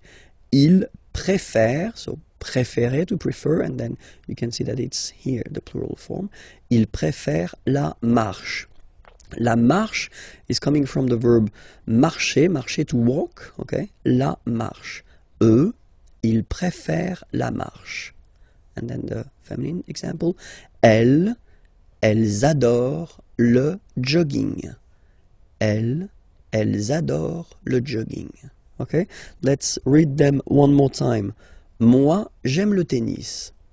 Toi, tu préfères le golf. Lui, il adore le foot. Elle déteste le basket. Nous aimons bien la boxe. Vous détestez la natation. Eux, ils préfèrent la marche. Elles adorent le jogging. Work on the questions, so les questions, and especially the little words that you will have to use or to put at the beginning of your questions. And the first example that we can see is quand. Quand means when, okay? So let's see two examples. So if you start a question with quand, like in the first example here, quand arrivez-vous, okay? Arriver is to arrive, okay? So vous, second person of the plural. You can use that for a group of person, or then you can use that for one person, and that's the polite way to use. Quand arrivez-vous? And now you can see that we've been changing the order. So normally, of course, the subject is before the verb, okay? But then the correct way to make a question, if you start with this quand, is to change the order. So first you put the verb, then you put this pronom personnel. Okay? Quand arrivez-vous? Alright? And then the rule is like in French, you get to raise a little bit your voice at the end of a question. Quand arrivez-vous? Quand arrivez-vous? Okay? Make this little link between the two. Quand arrivez-vous? Quand arrivez-vous? All right. And then, well, when we talk, then we normally have this option to drop this rule. So not to use this rule, so just to put the verb and then the subject after. And we tend to add this est-ce que form here, est-ce que, okay? So, and you'll get this question. So, quand est-ce que vous arrivez? It is exactly the same question, okay? It is quite long if you compare it to the first one. It is more spoken, okay? It is less formal, and that's normally what you'll hear if you talk with French people. Quand est-ce que vous arrivez? Quand est-ce que vous arrivez? Okay, and then here you see that because you've been using this est-ce que form, then you keep the normal order. So first the subject, vous, and then the verb. Okay? Quand est-ce que vous arrivez? Alright, and then don't be afraid to raise your voice a little bit at the end. Quand est-ce que vous arrivez? Quand est-ce que vous arrivez? You see? So it's not really the opera. You don't need to go really high, you know, but it's just a little bit. Quand est-ce que vous arrivez? That's it. And the next one is où. Où means where. Where. Okay, so quand, when, remember? Où, where. Two examples. Same rule, okay, so the formal or the classic way, if you want to ask a question with où, would be to change the order. So first the verb, then the subject here. Où habitez-vous? Où habitez-vous? Where do you live? Habiter is to live. So you live like if you're talking about the place where you are living, okay? Où habitez-vous? Où habitez-vous? And then same possibility, you just add this est-ce que, and then you keep the normal order of the sentence, so subject and verb. Où est-ce que vous habitez? Où est-ce que vous habitez? All right. Next. Pourquoi? Pourquoi is very useful because it's why. Okay, so remember, quand, when, où, where, pourquoi, why. Same thing here, okay, pourquoi, you should change the order. Okay, so first the verb and then the subject. That's the correct or formal or classic way of asking a question.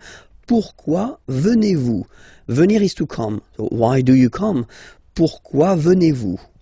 Pourquoi venez-vous? All right. Same rule here. If you want to add this est-ce que, then you just keep the classic order like subject and verb. Pourquoi est-ce que vous venez? Pourquoi est-ce que vous venez? Okay. And then comment is how. How. Comment venez-vous? How do you come? Comment venez-vous? Comment venez-vous? Comment est-ce que vous venez? Comment est-ce que vous venez? And then the last one. Combien? How much, how many? So in French we use this combien, how much or how many. Combien de sucre? Sucre means sugar. And then voulez-vous? Okay, vouloir, to want. Okay, so how many sugar do you want? Combien de sucre voulez-vous? Combien de sucre voulez-vous? Combien de sucre voulez-vous? And then same thing here, just add this est que. Combien de sucre est-ce que vous voulez? Combien de sucre est-ce que vous voulez? Alright? Discover together le verbe faire, so the verb to do. Okay, so faire is really useful because we tend to use it quite much in French. Okay, so it's, well, usually quite important to discover this verb at the right beginning. So le verbe faire. Je fais. Je fais. Remember, final S not pronounced. Je fais. Tu fais. Same rule here, final S not pronounced. Tu fais. Il, masculin, and then elle, féminin, fait. Final T not pronounced. Il, elle, fait. So if we take 1 second, actually you can see that here, here, and here, you get the same phonetical form, so the same form that you will pronounce. Okay, so you get je fais, tu fais, il fait, and then elle fait. It's the same. Okay? Then nous. So it's quite strange because French people tend to pronounce faisons. Okay? So like here, this AE is not pronounced like normally we should pronounce it like E, but then like E. Okay? Nous faisons. Nous faisons. Okay? And then this one is a bit tricky, so you will have to remember that. And it's quite funny because many French people tend to make the mistake and tend to say vous faisiez, okay? But then no. It's vous faites. Vous faites. Okay? So remember, final S here is not pronounced, and then this E is not pronounced either. So faites, faites. Vous faites. And ils, plural, font, final T not pronounced, font, font, elles font. Okay, so I will repeat the whole thing one more time. Je fais, tu fais, il fait, elle fait, nous faisons, vous faites, ils font, elles font. We'll discover la forme négative. So if you want to say that you are not blah blah blah doing something, or so the negative form in French.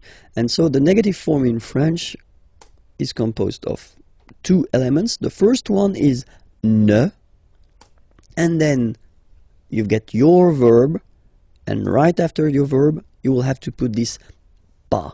Okay, so first ne, then the verb, and after that, pas.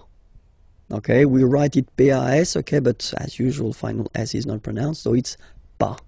Okay, remember one thing, in some cases, we will have verbs starting whether with a vowel, or then with H, plus a vowel, and in French, H is not pronounced, okay, so for these verbs,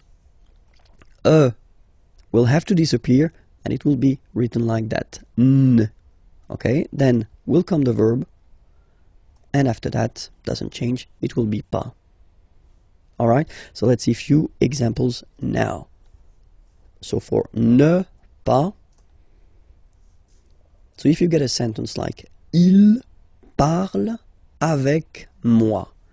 So il parle, he is talking, avec, with, moi, me. Okay, remember this moi, we introduced that in this unit, and it was a pronom tonique. Okay, il parle avec moi. So if you want to put the negative form of this sentence, so remember, first part ne, so before the verb, then you put your verb, parle, basically you don't change it, just put it there, parle, and after that you put the second part, pas. Okay, then you get the sentence, il ne parle pas avec moi. And that's it. You've got your negative sentence here. Okay, let's see now how it will go with N apostrophe pas. Okay, so nous allons en France. Okay, so in that case, if you look, you've got the verb aller. Aller means to go. Okay, nous allons, we are going. Okay, en France, to France. Here, first letter is A. Okay, remember the rule. If it starts with a vowel, like here it is the case, you will have to drop and take away this form. So that's the reason why we've got this N apostrophe like that. N'allons. Nous n'allons. And then you don't really need to think. You just put this pas after the verb en France. Nous n'allons pas en France. Nous n'allons pas en France. And that's it. Okay, second example here. It's with the verb habiter. Habiter is to live. You know, when you introduce the place where you live. Okay, and then here I took this example or this verb just because, of course, it's starting with ash, but as I said, you don't pronounce it. So the first sound you hear here is the vowel, and that's enough just to drop and to take away this e. So you will basically make it like in this example. You will put this N apostrophe. Elle n'habite pas dans cette maison. So elle habite, she lives or she is living, in this house. Elle habite dans cette maison, and then negative form. Elle n'habite pas dans cette maison. This lesson will work on les adjectifs démonstratifs. So les adjectifs démonstratifs, in English it would be this or these, okay? But then as usual in French, we've got the difference between the masculine, the feminine, and the plural, okay? So we'll see that. So for the masculine form, it will be ce, and then it will be cette, okay? So as usual in French, remember, it can be tricky if a letter, an adjective like that, for instance, is ending, or it could be an article, is ending with a, okay? Just because for some words starting with a vowel or with ash plus a vowel, then we will have to modify it, okay? And that's the reason why here we've got set, okay? But then it's still the masculine form, ce, cette. For the feminine, it will be set, so only one, set. And then for the plural form, it will be c'est. Okay, so let's see that again. Ce, or then set, féminin set. So you can notice that phonetically these two are pronounced the same way. Okay, set here and then set here. And for the plural, c'est. Really open this c'est. Okay, so let's see a few examples now. The first one, so I did take this train. Train is train, okay, so it's masculine. So it starts with T, so no problem. You will put this ce train, okay. It would be translated like this train, ce train. Okay, here you've got ordinateur. So ordinateur, a computer, okay, and it's masculine. Un ordinateur, okay, but if you look carefully, it starts with O, okay, so vowel, and then you will have to take this set form, so the masculine form, but the one that we'll use with the words that start with vowels, or then H plus voyelle, okay, so cet ordinateur, this computer, cet ordinateur, okay, and then here we've got the word homme, man, okay, but then it starts with H, as in French, H is not pronounced, so the first sound that we hear is O, okay, and then it will follow the same rule. You'll have to use the masculine adjective démonstratif, but this form, cet homme, alright, femme, woman, cette femme, this woman, cette femme, okay, and then the last one, personne, persons, pluriel, ces personnes. Ces personnes. Okay, so let's repeat them one more time. Ce train, cet ordinateur, cet homme, cette femme, ces personnes. In this lesson, and we'll work on the way to conjugate les verbes réguliers, so the regular verbs of the first group, okay, and then with er, so let's start now.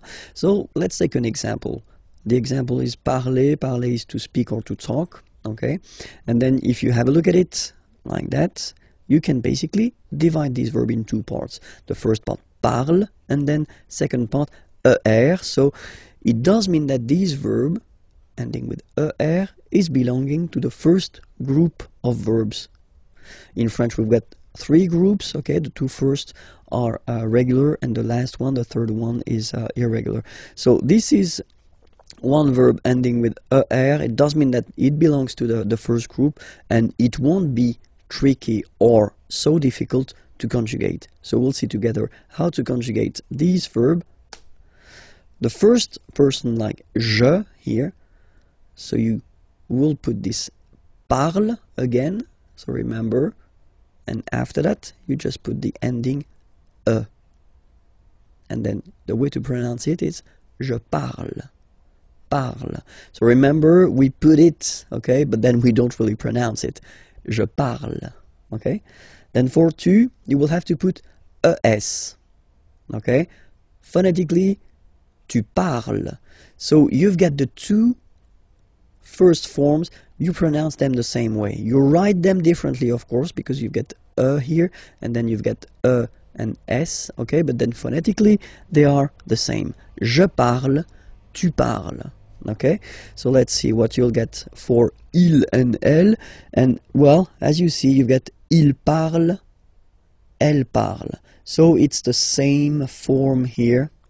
So if you really want to only speak and only use orally the language, well, it's quite easy to conjugate these verbs. Je parle, tu parles, il parle, elle parle. Okay, for nous, okay, we'll have, well, let's say the classical ending for nous, and it will be ons.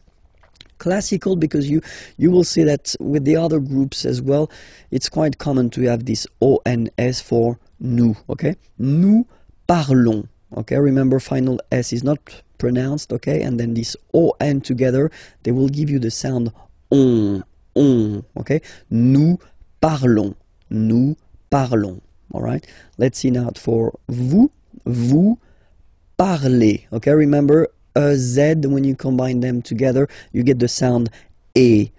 Vous parlez, all right? And the last one, so even if you've got this ent, well, don't hate me, but you won't pronounce these letters, okay? You have to write them for the plural form, but you don't pronounce them, so you get il parle, elle parle. So the good news is that you've got here je parle, tu parles, il, elle parle, and then if you check it here, il, elle parle. So it's the same phonetical pronunciation or phonetical form, sorry. Okay? And then you've got nous parlons and then vous parlez. Alright? So here, remember the endings. You will have to write them, okay? Alright, so we'll take another example. Regarder is to watch, okay? So you can see that the verb is ending with er, okay? So you take it, you just take this er away and then you keep this radical form, like we say in French, only this form, okay? So you will get je regarde, tu regardes, il regarde, elle regarde, nous regardons, vous regardez, il regarde, elle regarde. Okay, so one more time here. Regarde, regarde, regarde, and then regarde. So phonetically, only one form here. And then regardons, regardez. All right? remember that even if this beautiful verb aller, that we tend to use quite often because it means to go, okay, even if it ends with er, it is not regular at all. In this lesson, we will count together, yeah, so from 20 to 50, de 20 à 50. I hope you're ready because it's starting right now. 20, 21, okay, so remember to make this little link, 21, 21, 22, 22, 23, 23, 24,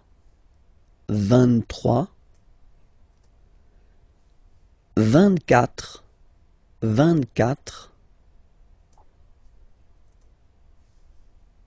25, 25, 26, 26, so remember it's ending with X, but then we pronounce it S, 26, 27, remember set, it was this P disappear, you don't pronounce it, 27, 28, so here you make the liaison, 28, 28, 29, 29, 29, then here remember this en, 30, 30, 30, okay, don't insist on the it doesn't exist here, 30, 31, 31, 31, 32, 32,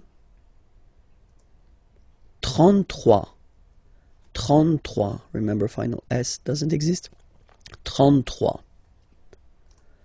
34, 34, 34. Remember in French the rule is that if you start with, well, if you get this combination Q, U, A, well, you will pronounce it K, K. Same thing for the other vowels, okay? So because that's the rule, after Q, normally we put U and then another vowel, but then this U, well, basically it's not pronounced, okay? So K, 4, 34, 35, 35, 36, 36, 37, 37, 38, 38, 39, 39, 40. Okay, so same rule as previously, as for 4, okay? 40, 40, okay? 41, 41, 42, 42, 43, 43, 44, 44, 45, 45,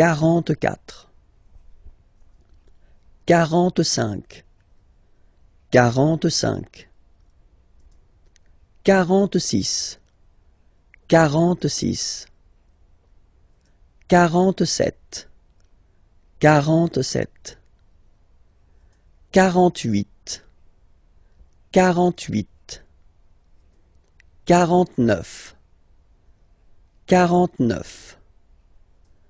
50, 50.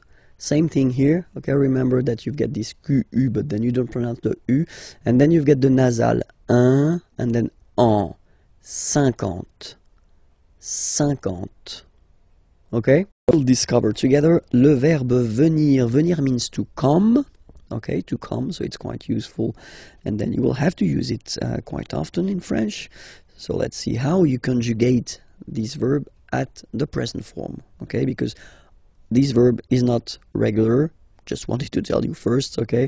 So the first form is je viens, je viens, okay? Remember this I, viens, viens, and then this nasal final S not pronounced.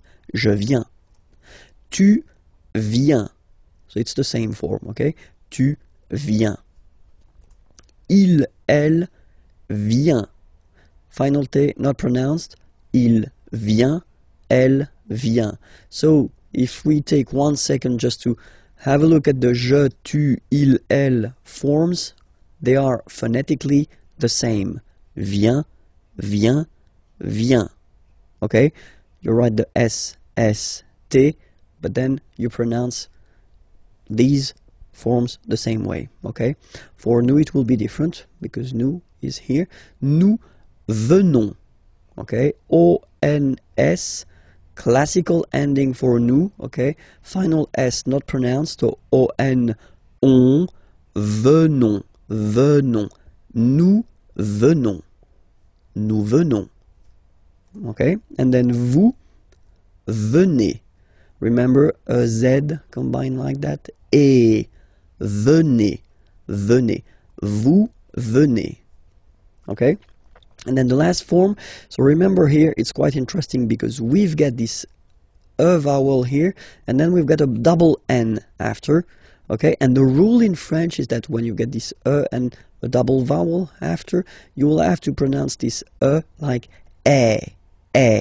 Alright? So, vienne, vienne, vienne, vienne. Okay?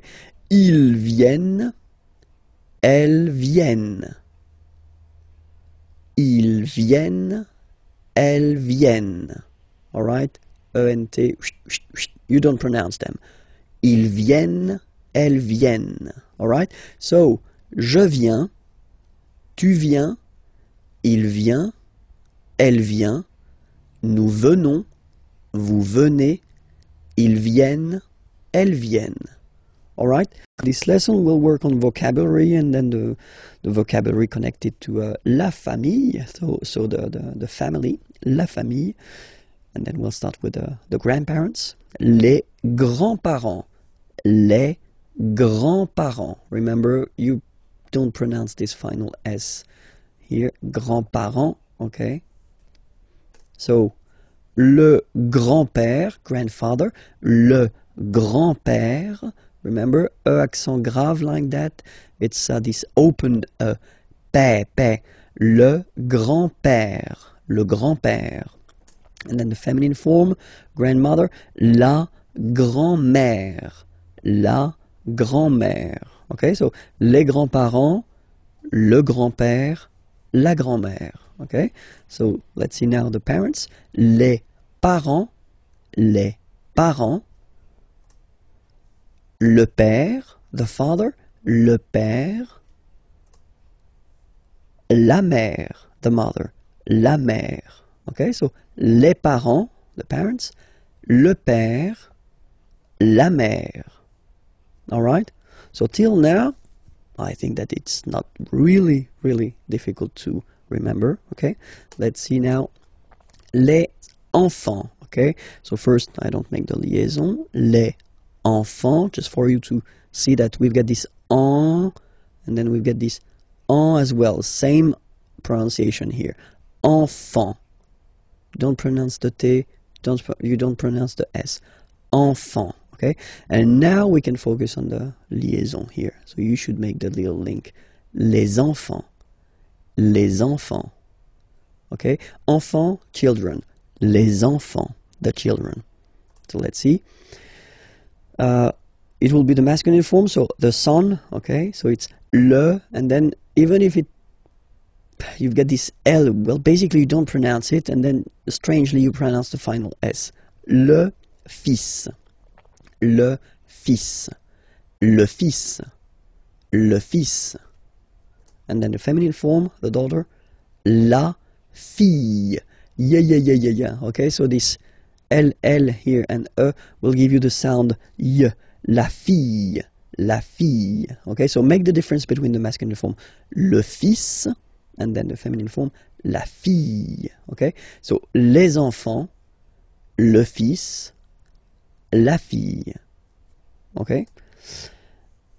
And then the grandchildren, but then in French we use the petit, petit is like small, okay? So, les petits-enfants, make this liaison here. Petits-enfants, petits-enfants, okay? Les petits-enfants, les petits-enfants. So, grandson would be in French, petit-fils, okay? So, le petit-fils, le petit-fils, and then the feminine form, la petite. So I insist because here it's t, okay? So really you need to make the difference between the masculine form petit and then the feminine form petite, okay? So la petite fille, la petite fille. So let's repeat them. Les petits-enfants, le petit-fils, la petite fille. Okay? And then, when you're talking about your in-law family, well, in French we use this beau and belle, so it's beautiful, okay? So, the beautiful family, you're talking about your in-laws, okay? So, la belle famille, la belle famille. Remember, I-L-L-E-I, la belle famille, okay? So, père, okay, father, so father-in-law, okay, in French it's le beau-père, the beautiful father, le beau-père. So remember this E-A-U combination of vowels only give you the sound O, beau, okay, le beau-père. Mother-in-law, la belle-mère, la belle-mère, la belle-mère, okay, so let's see them one more time. La belle-famille, le beau-père, la belle-mère, alright? And then brother-in-law, le beau-frère, le beau-frère, le beau-frère, so frère is brother, okay? And then feminine form, here you get sœur, okay? So sister-in-law, la belle, so we put the belle form here because it's the feminine form, sœur, la belle-sœur, la belle-sœur. And in this lesson we'll discover the questions in which you will find qui, que, or then quoi, okay? So let's discover now qui, okay? Qui means who. Okay, so if you want to ask a question regarding someone, like in these two examples, so the first one, who is he?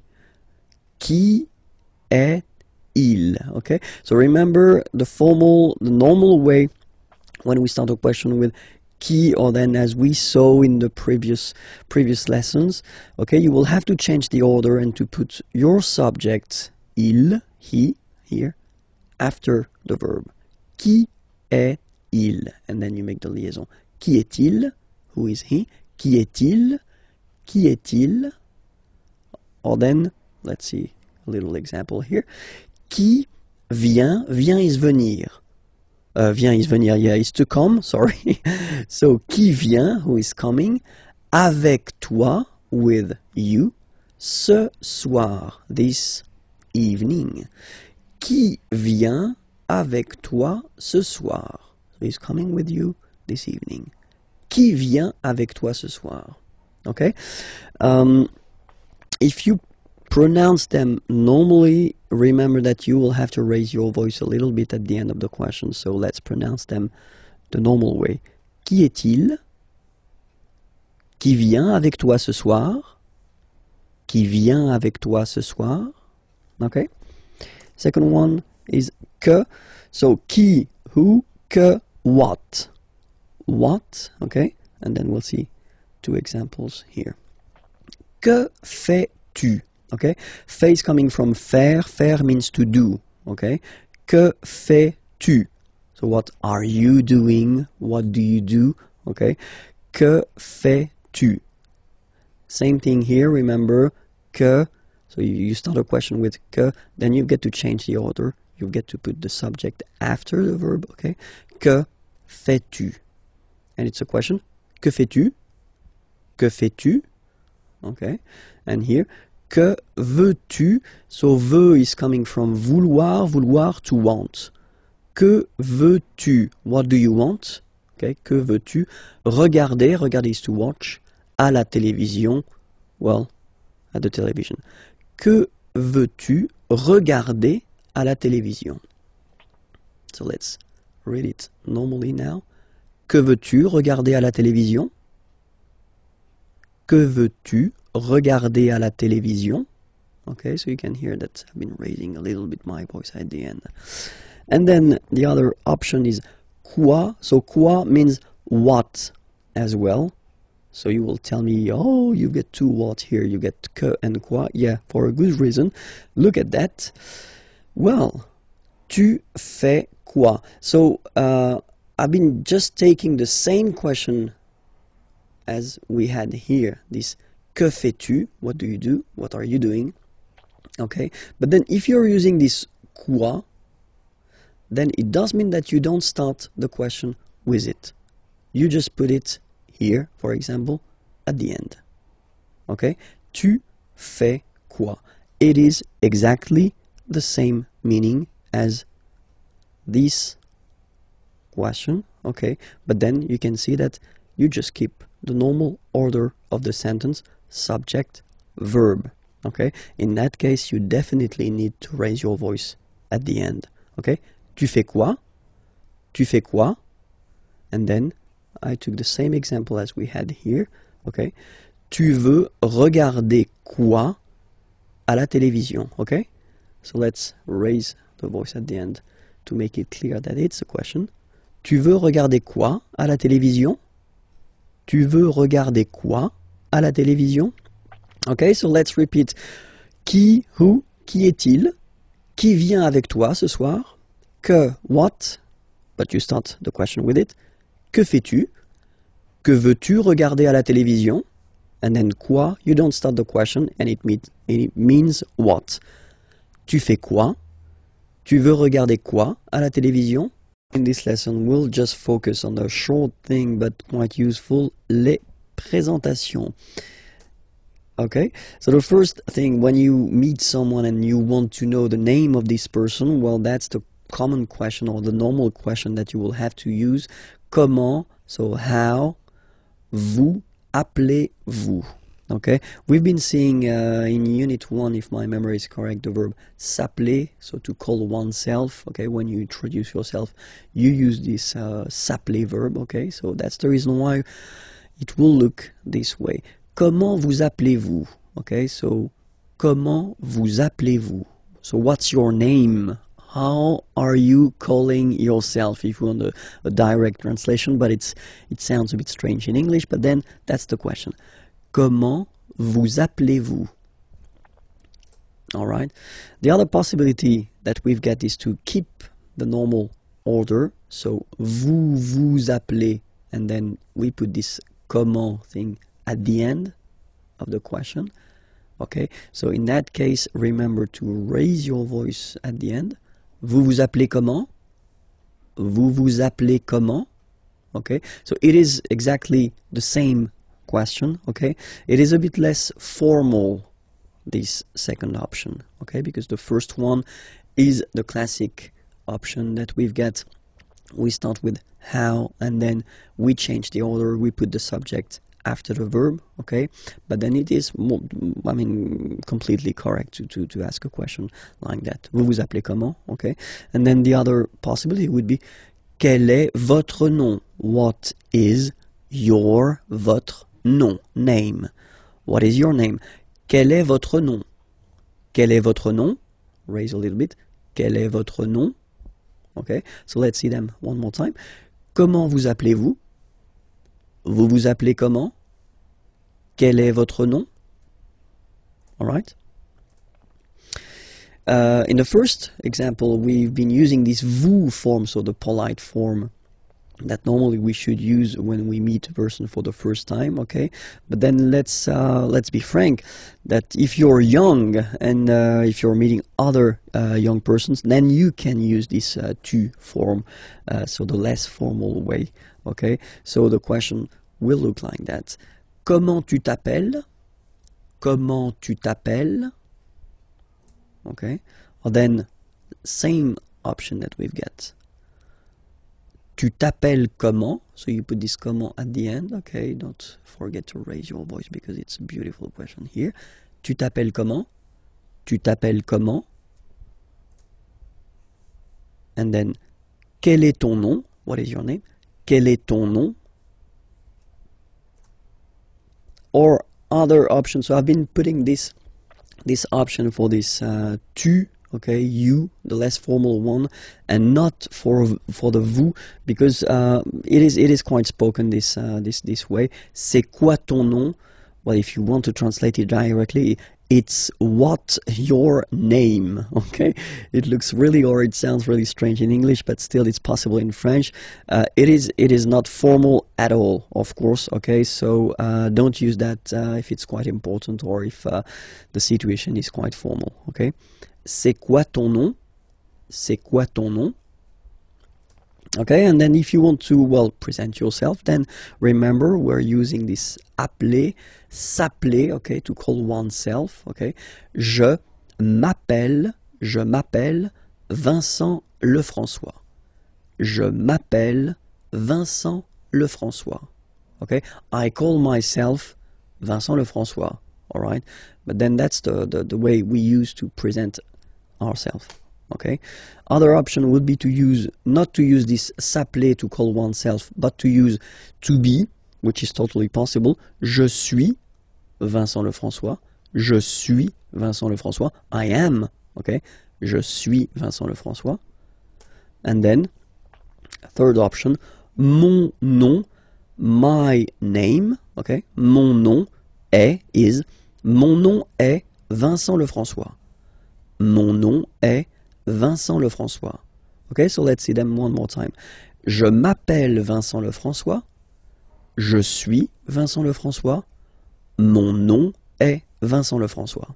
This lesson will discover la situation de famille. So if you want to say what is your situation, your personal situation, then that's the correct lesson to watch now. Let's start. Je suis célibataire. So I know that many of you will laugh when they will see this beautiful célibataire word. It doesn't have any other indication but the fact that you are single. Okay, so if you want to say that you are single, whether it's the masculine form or the feminine form, it will be like that. Je suis célibataire. I am single. Okay, second option. J'ai un copain. Okay, boyfriend would be copain, okay, and then it's the feminine form here, girlfriend, copine. J'ai, so j'ai, I have, okay, j'ai un copain. I have a boyfriend. J'ai un copain. Féminin, j'ai une copine. I have a girlfriend. J'ai une copine. Okay, so if you're in couple, en couple, je suis, I am, je suis en couple. Je suis en couple. So here you want to indicate that you are living with someone, but then you are not married, okay? Je suis en couple. You can make the liaison here. Je suis en couple, okay? And then fiancé, engaged, all right? And then here you've got the masculine form. I've been putting here the feminine form. All right, so you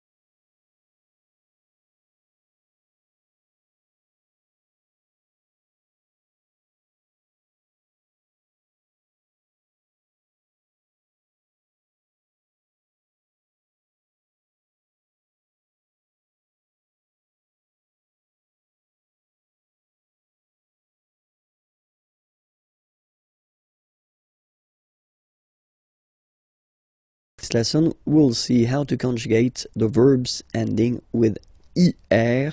So not all the er verbs are belonging to the second group, but some of them, and then we'll see how to conjugate them at the present form. Okay, so we'll take an example. The example is finir. So finir means to finish. Okay, and then you can see that it's ending with er. All right, so we'll do it like that. We'll divide it in two, so F-E-N, and then we take away this ER ending, all right? And we'll just keep this form here, F-E-N, to construct the present. So you take it and you put it here, and after that you will add this ending. So for je, it will be I-S. Je finis. Remember, final S is not pronounced. Je finis. Okay? Tu finis. So es as well, like we had for je. So same way to pronounce it as well. You don't pronounce the final S. Tu finis. Il, elle finit. So it, final T not pronounced. Il, elle finit. So je finis, tu finis, il finit. Phonetically, it's exactly the same form for these persons. Okay, so it's quite good if you want only to talk and not to write. So just focus on this fini form. You know that it's for je, tu, and il, elle. Okay, but then for nous, so have a look. Nous finissons. Okay, I-S-S-O-N-S. Ils sont. Nous finissons. Finissons. Okay, final S not pronounced. Nous finissons. Vous finissez. Vous finissez. Okay, a Z at the end gives you the sound E. Okay, finissez. Finissez. Vous finissez. Ils finissent. So remember, as usual, when we've got the verbs E and T not pronounced. Ils finissent. Elles finissent. Alright, so let's see them one more time. Je finis. Tu finis. Il finit.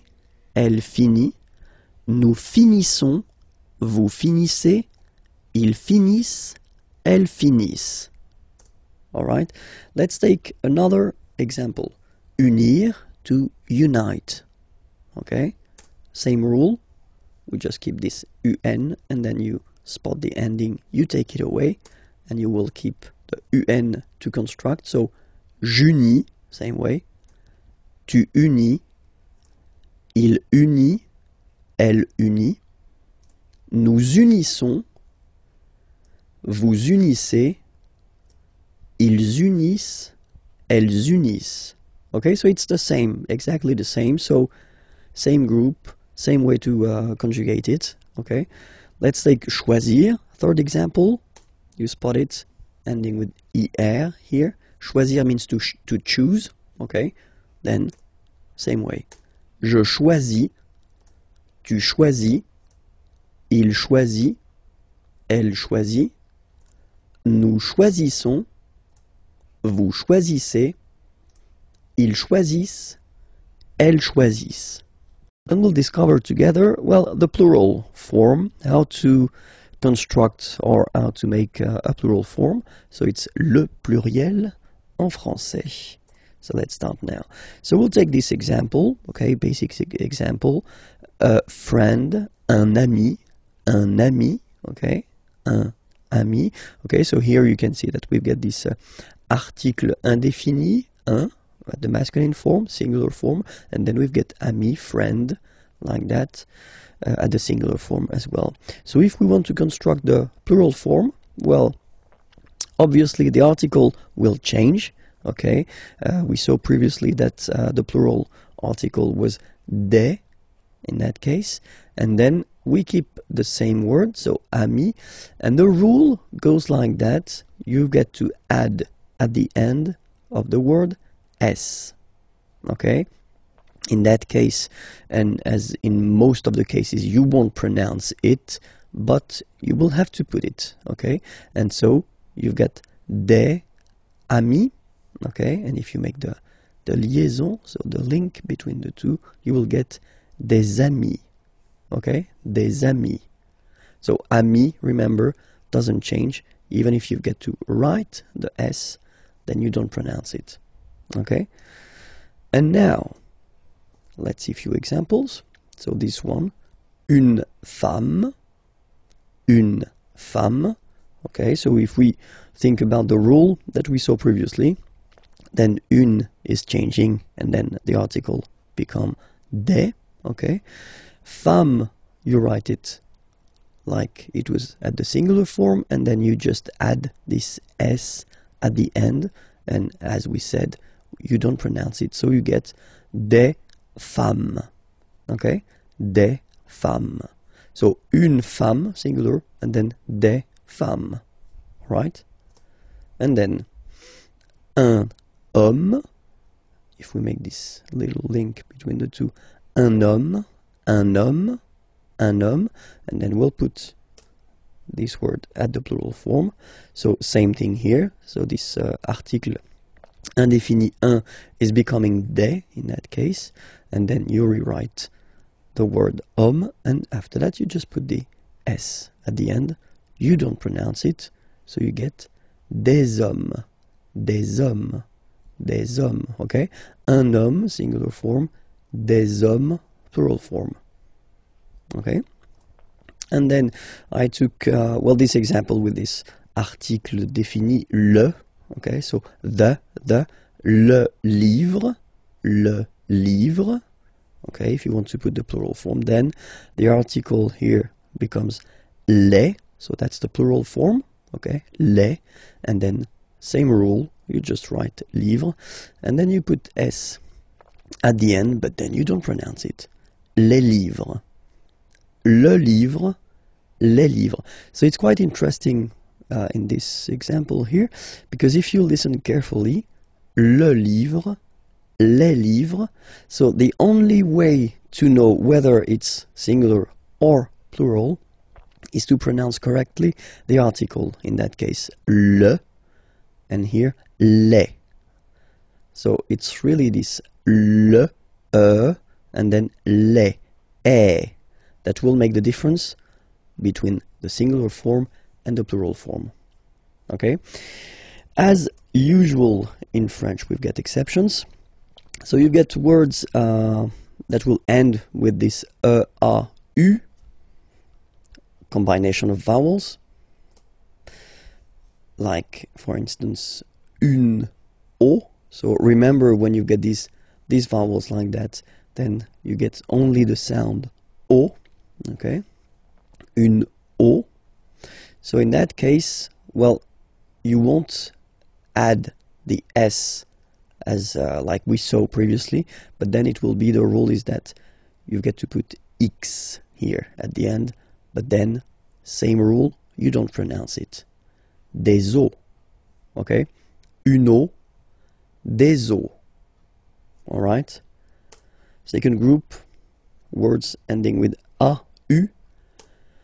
Here is an example. Un tuyau. Okay. Same rule here. You won't add S at the end, but instead of S, you will put X. Okay. Des tuyaux. Same rule. You don't pronounce it. Des tuyaux. Okay. Un tuyau, des tuyaux. So the only difference will be with the article, because the word will be pronounced the same way. And then the last group is the words ending with e. So let's take one example. Un feu, and basically the same rule. You don't put S, but you will put X instead, and then you don't pronounce it. Des feux. Un feu, des feux. Okay, there is another group of words. So because normally the words ending with the OU, like that here, OU, and then the sound is OU, okay? Normally these words just behave like the others, so you just need to put S at the end. But of course, as usual in French, we've got few exceptions. So I've been listing all the exceptions of the ou ending, words that will, well, like we saw previously, not take s but then take x at the end, okay? But still, as usual, it's not pronounced, so it doesn't really affect the pronunciation, but it's just for you if you want to write them correctly at the plural form. Remember, it's not s but it's x, okay? So the first one, un bijou, okay? So I did put the translation here. Pluriel, des bijoux, okay? Then, un caillou, plural, des cailloux. Okay, remember, you don't pronounce it, the final X. Then, un chou. Okay, remember, when you combine this C and H, you get the sound sh. Chou, un chou. Pluriel, des choux. Okay. Un genou, des genoux. Un hibou, des hiboux,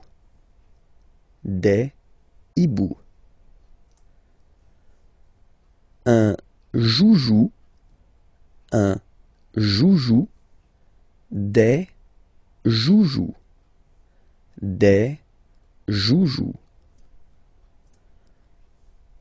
un pou, des poux, okay? So the good thing, if you remember carefully what I've been introducing so far, is that the main group of words are actually, you only need to add s at the end, and then you, well, basically you don't pronounce the s. Or then the exceptions, you will, like these ones here, you will have to add this x at the end, but still you won't pronounce the x, okay? But still, as usual, we've got exceptions.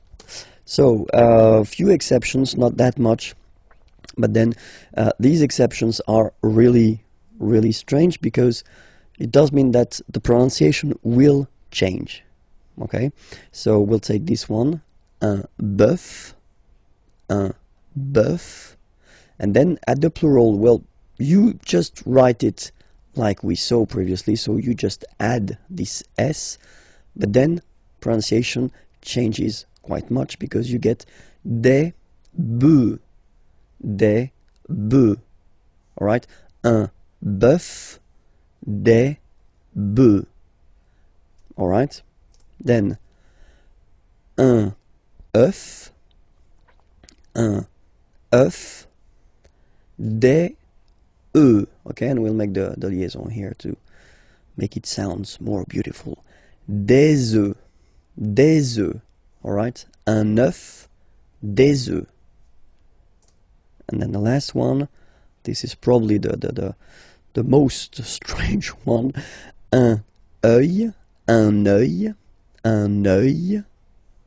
des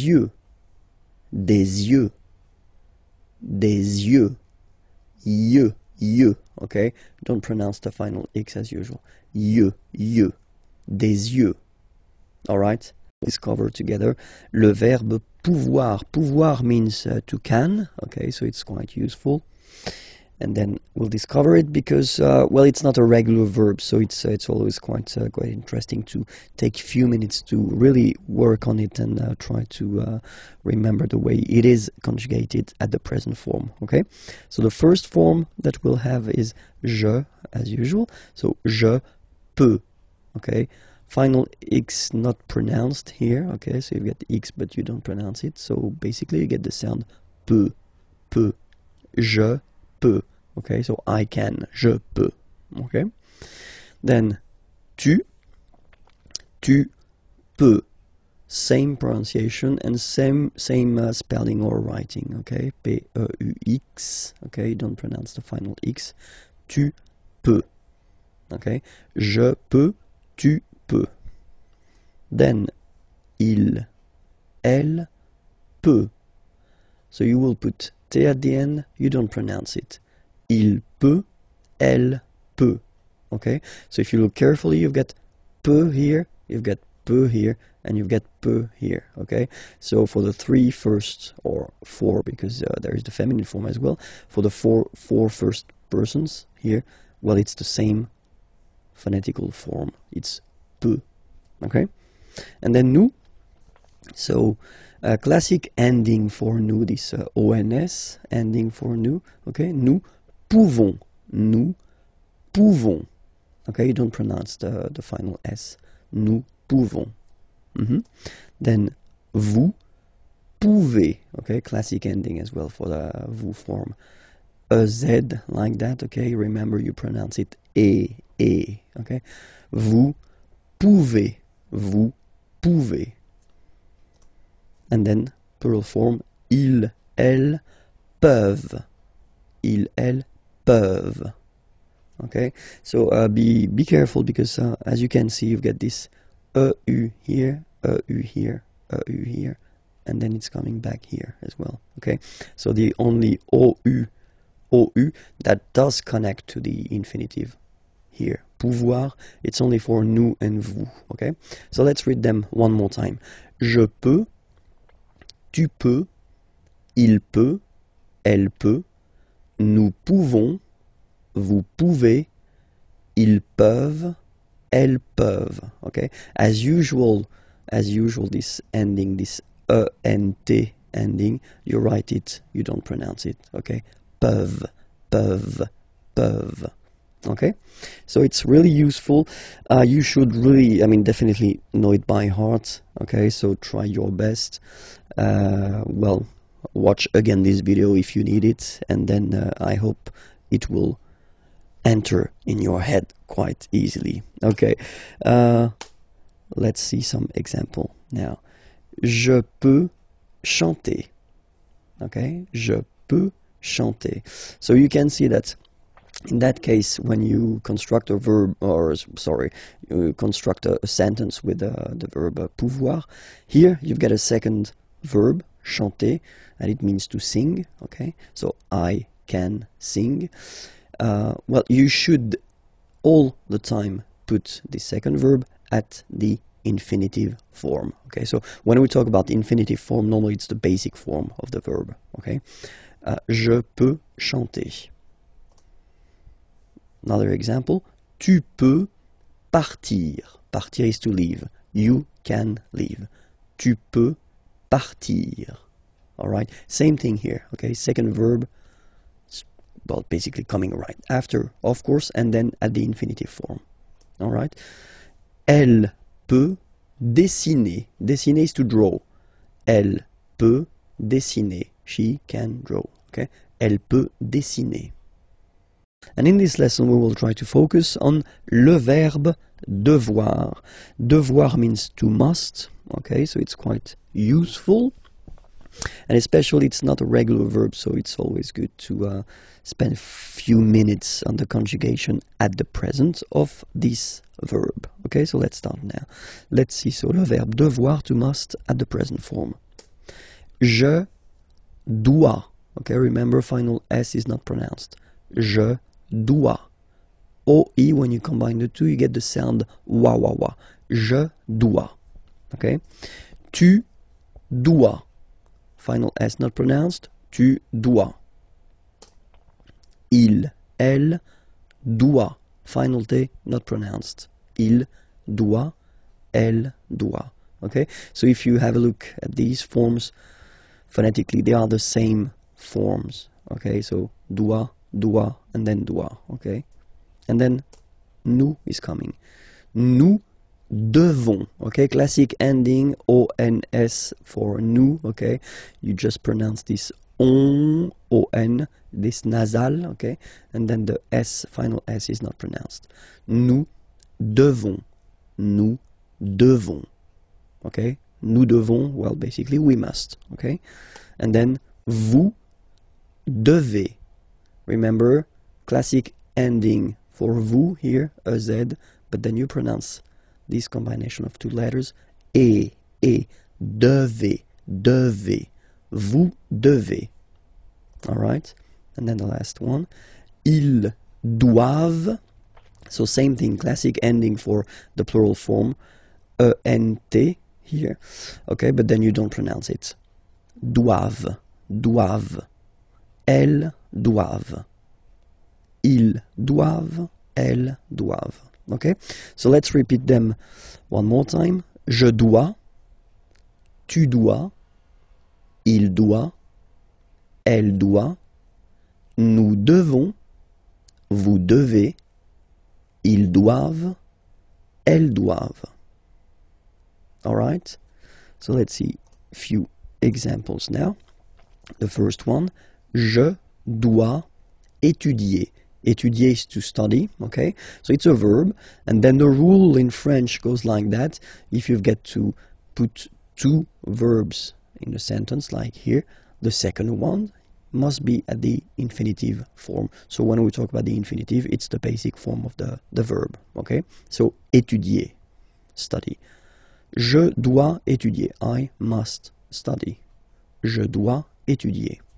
Okay? Then, il doit choisir. Okay? Same thing here. Choisir means to choose. Okay? And so, I did put here the infinitive form, so the basic form, IR form. Il doit choisir. Okay? He must choose. And the last example, nous devons répondre. Répondre is to answer. Répondre here, okay? Nous devons répondre. We must answer. Nous devons répondre. Okay? We are going to discover together European countries, so les pays européens. Okay? So let's start now with les pays européens. And the first one, la Grèce. La Grèce. Okay, so remember gr, gr. And then this accent grave like that, open. Grèce. Okay? La Grèce. Le Portugal. Le Portugal. L'Espagne. L'Espagne. Okay, don't insist on the final E because basically it's not pronounced. L'Espagne. Gna, gna, gna. L'Espagne. L'Espagne. L'Italie. L'Italie. L'Italie. Okay, so you can see that for these two countries here, as they are starting with a vowel, like here, okay, as we saw in a previous lesson, the article is modified and then it's L apostrophe, like that, okay? Le Luxembourg, okay, final G not pronounced, and then when you combine this E-M here, you get the sound en.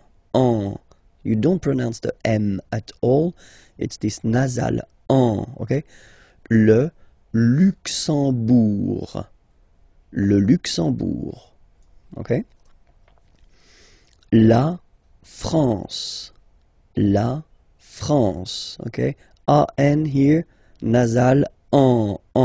La France. Okay? We continue. Les Pays-Bas. Final S here, not pronounced. Same thing here. Pays, pays, and then bas. Les Pays-Bas. Okay? Then l'Irlande. Remember, this is E, and it should be pronounced like E. Irlande. Irlande. Okay, A-N, en, D, and final E, not pronounced. Irlande. Le Royaume-Uni. Le Royaume-Uni. Le Royaume-Uni. Okay? L'Allemagne. L'Allemagne.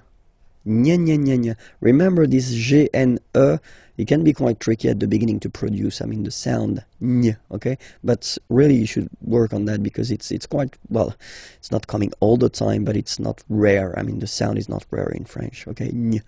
L'Allemagne, l'Allemagne, okay? La Belgique, okay? Remember Q, U, E here, you will get only the sound K, K, okay? Belgique, Belgique. So it's not Belgique, not at all, okay? Because it's only the K, K. Belgique, okay? Le Danemark. So same sound here, this K and then this Q-U-E, well, they will produce the same sound here. Belgique, le Danemark, okay? L'Autriche, okay, remember, sh here. L'Autriche, l'Autriche, okay? La Suède, la Suède, Suède. Remember, accent grave, it's really open.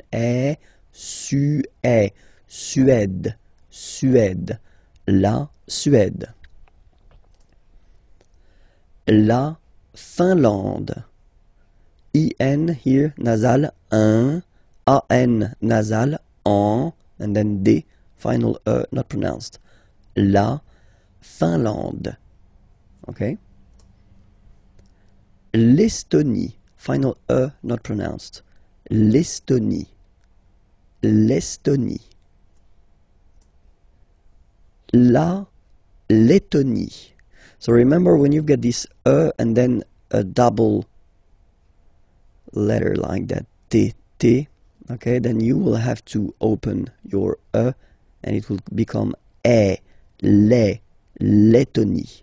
La Lettonie. La Lituanie.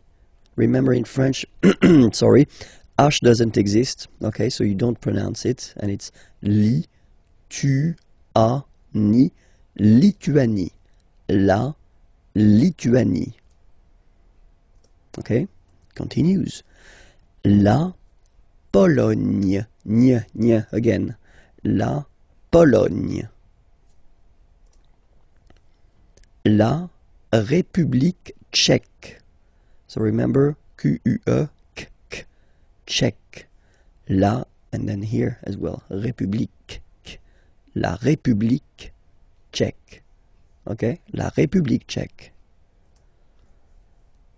Chypre. Chypre. So remember, we've got this Y letter here, but then phonetically when you pronounce it, it's like I, okay? Chypre. Okay? Malte. Same thing here, you don't insist on the final E. Malte. Malte. La Slovénie. Remember, you get this E accent aigu here, it's E. Slovénie. Final E, as usual, not pronounced. La Slovénie. Okay? La Hongrie. So remember, H doesn't exist, so you don't pronounce it. So it starts with O-N, on, and then gris. Final E, not pronounced. La Hongrie. La Hongrie. Okay? Les nationalités. So basically I've been making this nationalities lesson based on the previous lesson. So leçon D. Okay, so I definitely invite you to check the leçon D if you want that everything is clear for you. Okay, but then les nationalités, and it's starting right now. La Grèce. Grec, so I will put each time the masculine form for the nationality, Grec, and the feminine form here for the nationality, okay? So you get the country, la Grèce, and then you get Grec, masculine form, Grec, feminine form. You write them differently, but then, if you listen carefully, Grec, you pronounce them the same way. Okay? Le Portugal, portugais, portugaise. Okay, so listen carefully. Portugais, portugaise. The only difference between the two, as usually when we'll have some, nationalities ending with AES, like that, e, and then the feminine form, es, okay, it will be only in this z sound, the difference between the masculine form and the feminine form, okay? Masculine, portugais, you don't pronounce the S. Feminine form, portugaise, you pronounce this z sound, okay? And then l'Espagne, espagnol, remember, espagnol, espagnol. So you get this final for the feminine form, but then phonetically it's the same. L'Italie, italien, italienne. Remember, when you get this followed by a double consonant like here, then you will have to open it. Italienne, italienne. Okay? Le Luxembourg, luxembourgeois, luxembourgeois, and then feminine form, luxembourgeoise. Okay? Same thing here, only difference, joie, joie, joise, z, z. Okay, you insist on it. Luxembourgeois, masculine form, and then luxembourgeoise, feminine form. Then, la France, français, française. Okay, c'est, and then seize. Okay, français, française. All right, it continues. Les Pays-Bas, néerlandais, néerlandaise. Néerlandais, néerlandaise. Okay. L'Irlande, irlandais, irlandaise. Le Royaume-Uni, britannique. Okay, only one form, whether it's masculine or feminine, britannique. L'Allemagne, allemand, allemande. Okay, same thing here. Okay, you don't pronounce the final D, but then you pronounce it here for the feminine form.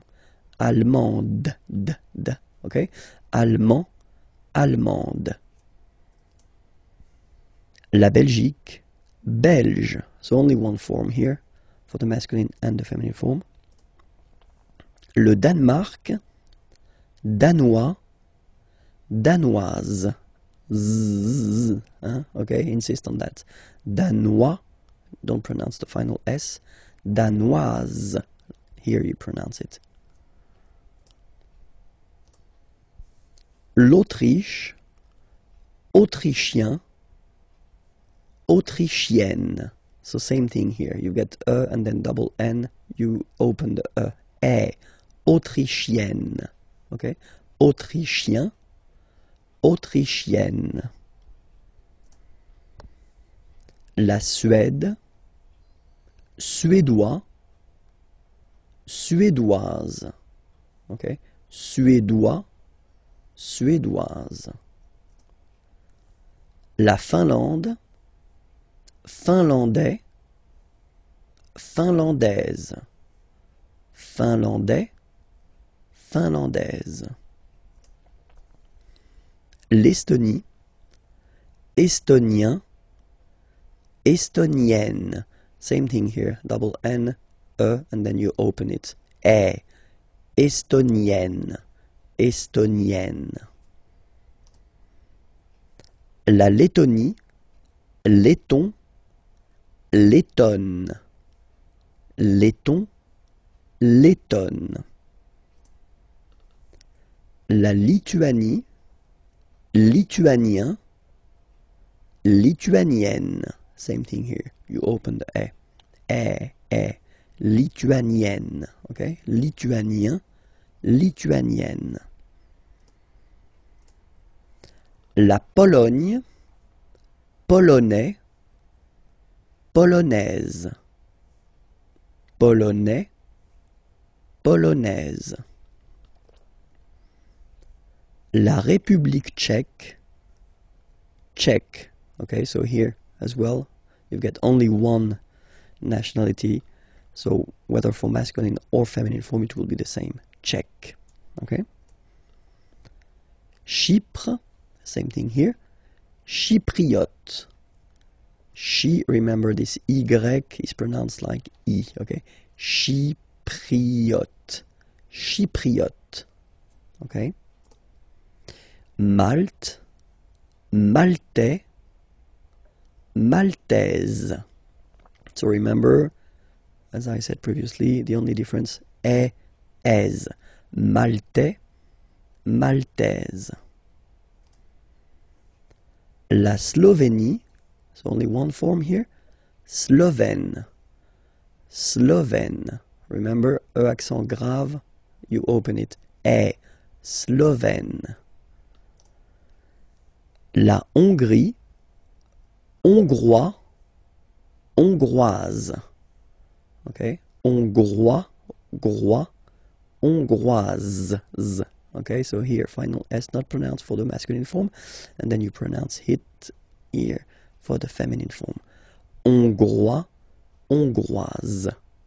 Okay, les Amériques, les Amériques. So let's see now. Les États-Unis.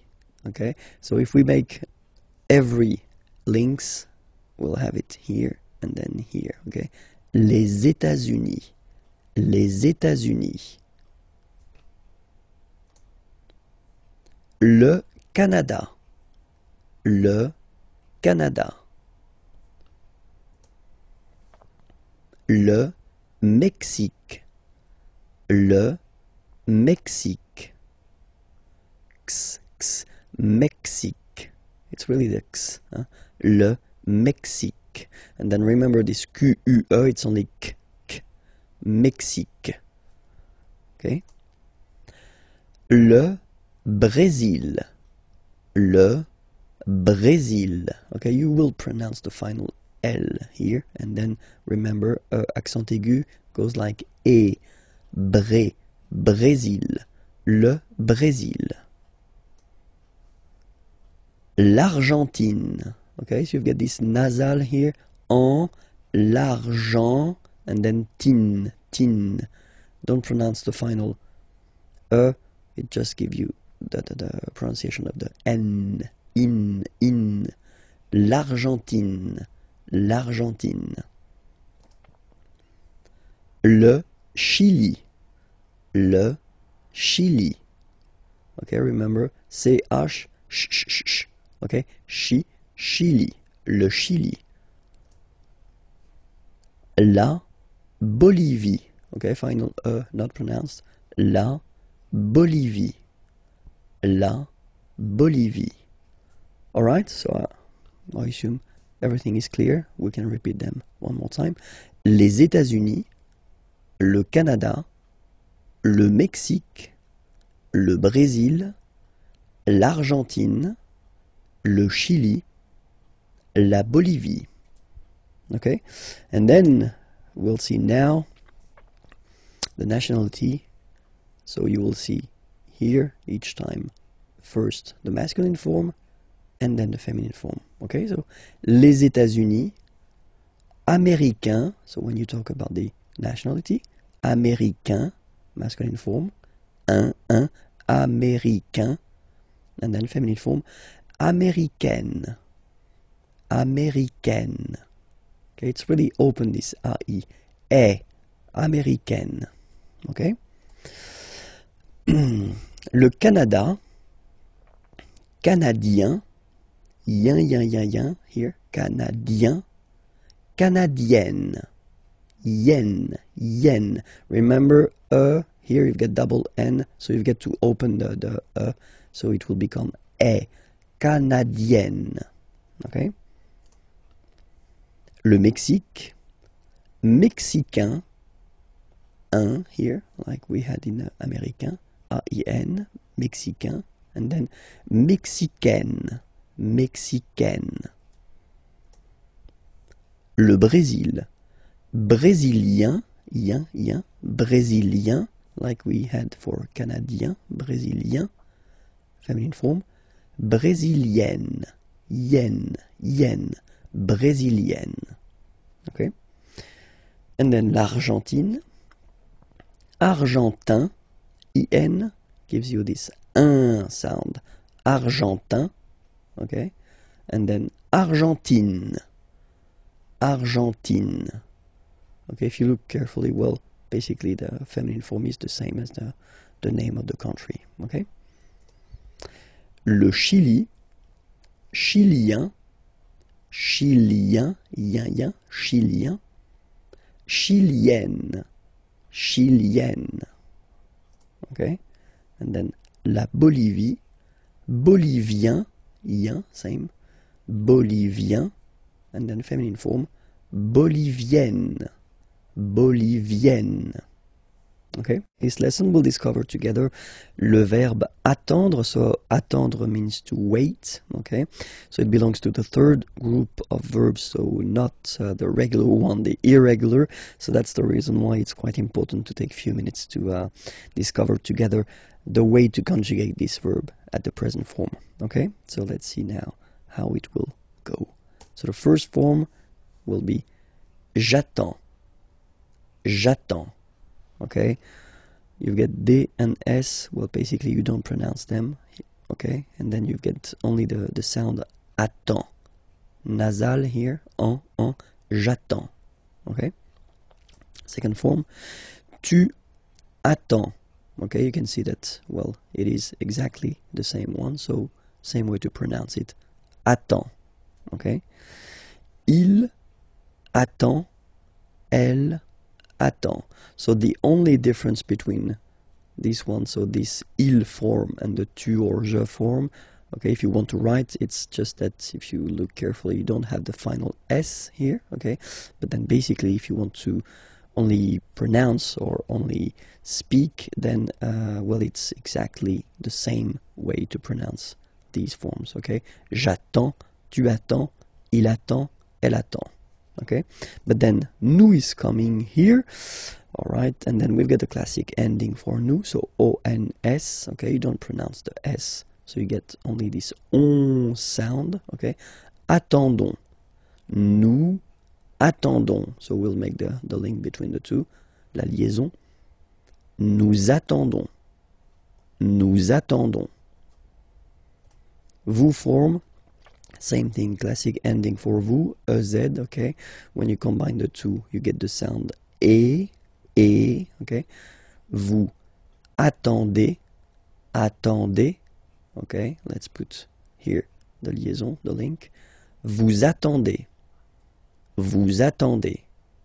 okay? And the last one, same thing, classic ending for il, elle at the plural form, ENT, but then you don't pronounce them. Ils attendent, okay, so remember you get to pronounce this, d at the end, okay. Elles attendent, all right. If you make the link, ils attendent, elles attendent, okay. So let's read them. J'attends, tu attends, il attend, elle attend, nous attendons, vous attendez, ils attendent, elles attendent. Okay? So I've been making few sentences just to show you how it works, or the meaning. J'attends le train. So le train, the train, I wait. Okay? I wait for the train, but then j'attends le train. Okay? Tu attends avec moi. So you wait, and then avec means with, moi, me. You wait with me. Tu attends avec moi. Il attend sa femme. Okay, remember, sa, it's the possessive, his in that case, and then femme, wife. Il attend sa femme. Nous attendons tranquillement. Nous attendons tranquillement. So here I wanted to show you how it could work if you put this tranquillement. So tranquillement is quietly, and it's an adverb. Okay, it's ending with ment like that, which is one of the classic ending for the adverbs. We'll have the time to see that a bit later. But then, yeah, quietly is tranquillement. Nous attendons tranquillement. So basically you put this adverb after your verb. Okay? Nous attendons tranquillement. Vous attendez les enfants. Okay, children, les enfants. Vous attendez les enfants. Elles attendent votre réponse. Réponse, answer, and then remember, votre, it's the possessive, your. Elles attendent votre réponse. Okay? So I will read them one more time, and I will read them at my normal speed. Okay? Just for you to get used. Because I've been reading them quite slowly when we were just we were covering them previously. Okay? So, j'attends le train, tu attends avec moi, il attend sa femme, nous attendons tranquillement, vous attendez les enfants, elles attendent votre réponse. Le verbe répondre. Répondre means to answer, so it's quite useful. And then, well, it belongs to the third group of verbs, so we'll see how to conjugate this verb répondre at the present form. So let's see now the first form. Je réponds. Je réponds. Okay, so you can see that D and S here are not pronounced. Je réponds. Okay. Tu réponds. Well, the same form. Okay, exactly the same form, so the same pronunciation. Tu réponds. Il répond. So, final D is not pronounced. You only have this on nasal sound at the end. Répond. Elle répond. Okay? So, je réponds, tu réponds, il répond, elle répond. Okay? So far, only one way to pronounce it. Alright? Then, of course, for nous, we've got the normal and classic ending ONS. Okay? Don't pronounce the final S. You only pronounce this on sound. So you get répondons. Nous répondons. Nous répondons. Okay? And then classic ending for vous as well. EZ. Okay? Remember, you combine these two letters, you get the sound E. So, répondez. Vous répondez. Vous répondez. Okay? And then the last persons here. Ils répondent. So same thing here, classic ending, ENT, but then you don't pronounce it. Okay? Répondent. Répondent. Ils répondent. Elles répondent. Okay, so let's see all the form one more time. Je réponds, tu réponds, il répond, elle répond, nous répondons, vous répondez, ils répondent, elles répondent. Alright? Hier, yesterday, aujourd'hui, today, demain, tomorrow. Okay? Hier, yesterday, aujourd'hui, today, demain, tomorrow. So let's see now. Hier, so yesterday.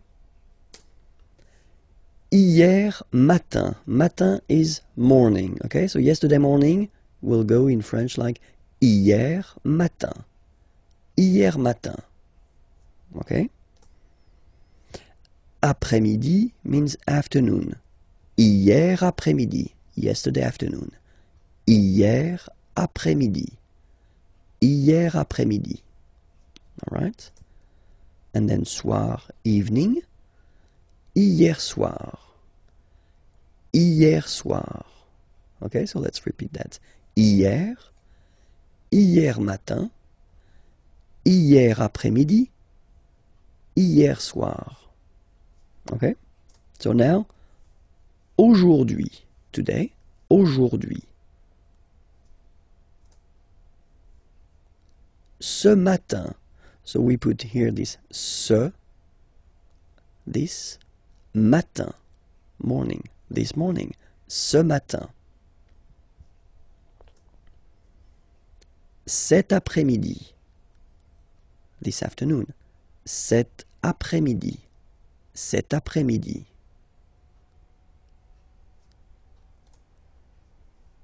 Ce soir, so soir, evening, this evening, ce soir. Ce soir. Alright? And then, demain, so tomorrow. Demain matin, tomorrow morning. Demain matin. Demain après-midi, tomorrow afternoon. Demain après-midi. Demain soir. Demain soir. Tomorrow evening. Demain soir. So one more time. Hier. Hier matin. Hier après-midi. Hier soir. Aujourd'hui. Ce matin. Cet après-midi. Ce soir. Demain. Demain matin. Demain après-midi. Demain soir. 50, de 50 à 75 till 75, de 50 à 75. So let's see how they go. 50, 50, 51, 51, 52, 52, 53, 53, 54, 54,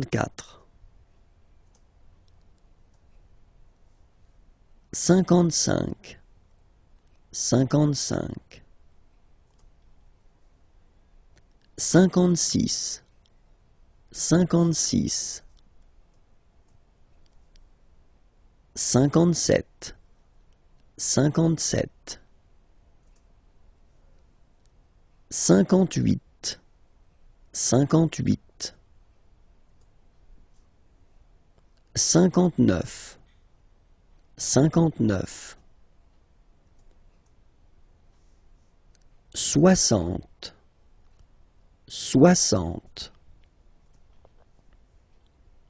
61, 61, 62, 62,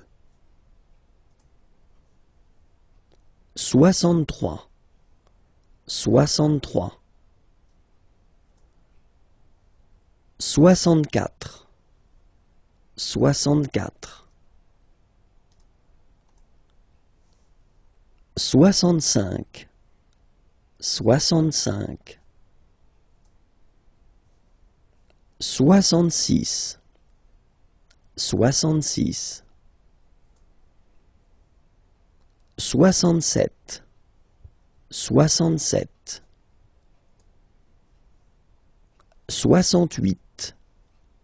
68, 68, 69, 69. And that's normally when my students, when I'm in class with them, start to look at me like they would like to kill me, because now we're getting to the tricky point in French, okay? So have a look here. Now we've got this 70, of course. But then in French, it's a bit more tricky because you take back the 60, 60, and then you will add the 10. Okay, so for this 70 session here, you will have to use this 60 and then 10, and so all the numbers from 10 to 19, you will have to put them right here after. Okay, so let's see how it goes. 70, 70, 71, 71. Okay, so you can see here now. 60, 60, and then 11, 11. 71. 72, 72. Same thing here. 60 and then 12. Okay.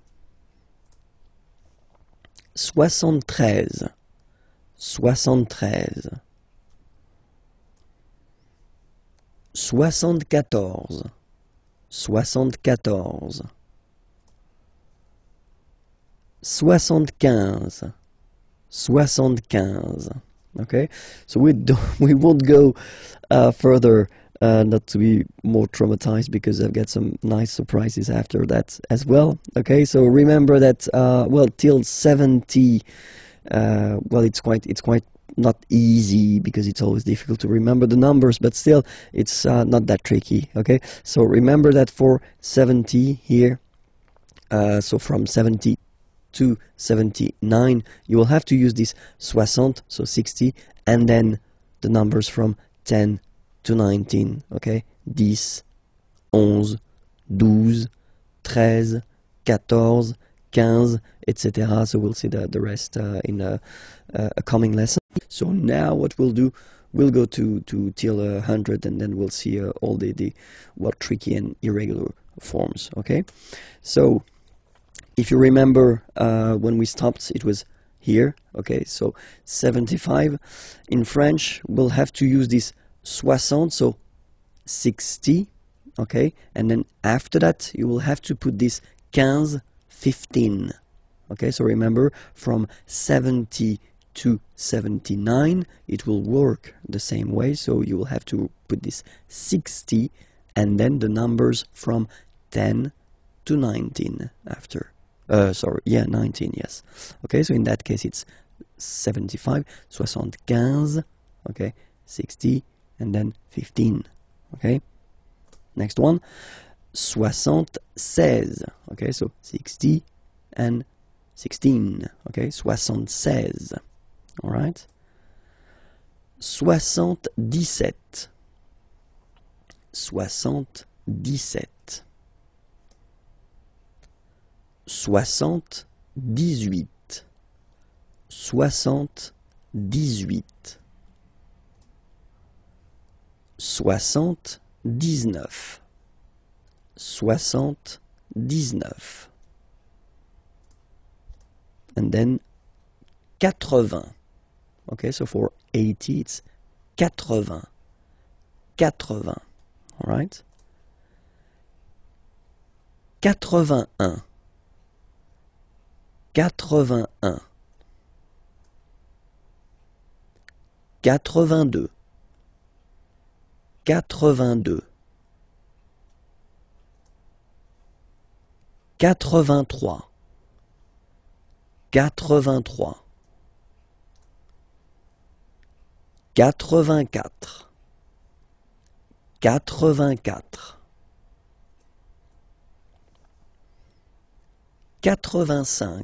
85,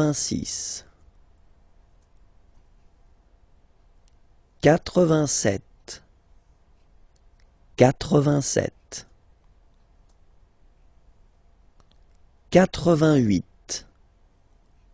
88, 89,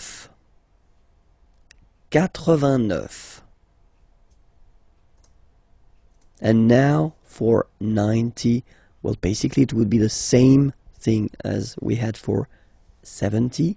So you will take this 80, 80, and then you will add the numbers from 10 to 19 after. So 90, and then 91, so 91, so remember 80, 80, and then 11, 11. 91, 92, 92, 93, 93,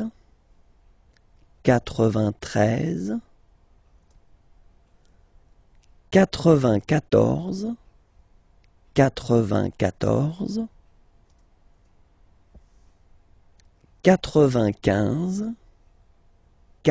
95,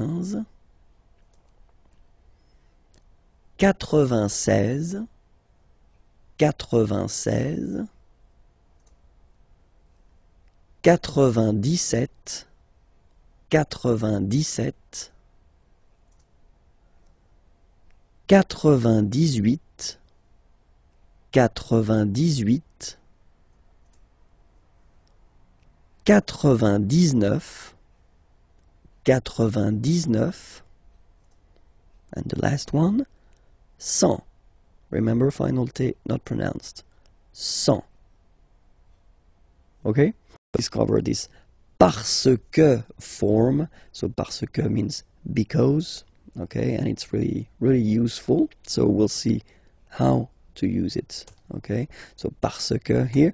So the first use of parce que is when you want to introduce the reason.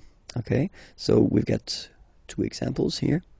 Il ne mange pas tout de suite. Okay, so here you've got the negative form, remember, ne, and then pas. Manger means to eat. Il ne mange pas, so he doesn't eat.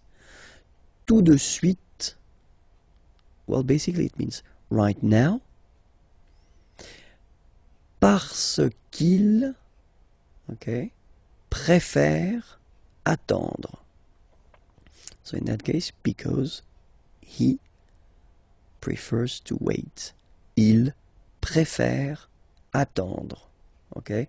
Préférer, to prefer. And then here you can see that attendre is to wait. Second verb, okay? And then you should put it like here at the infinitive form, so the basic form of the verb, okay?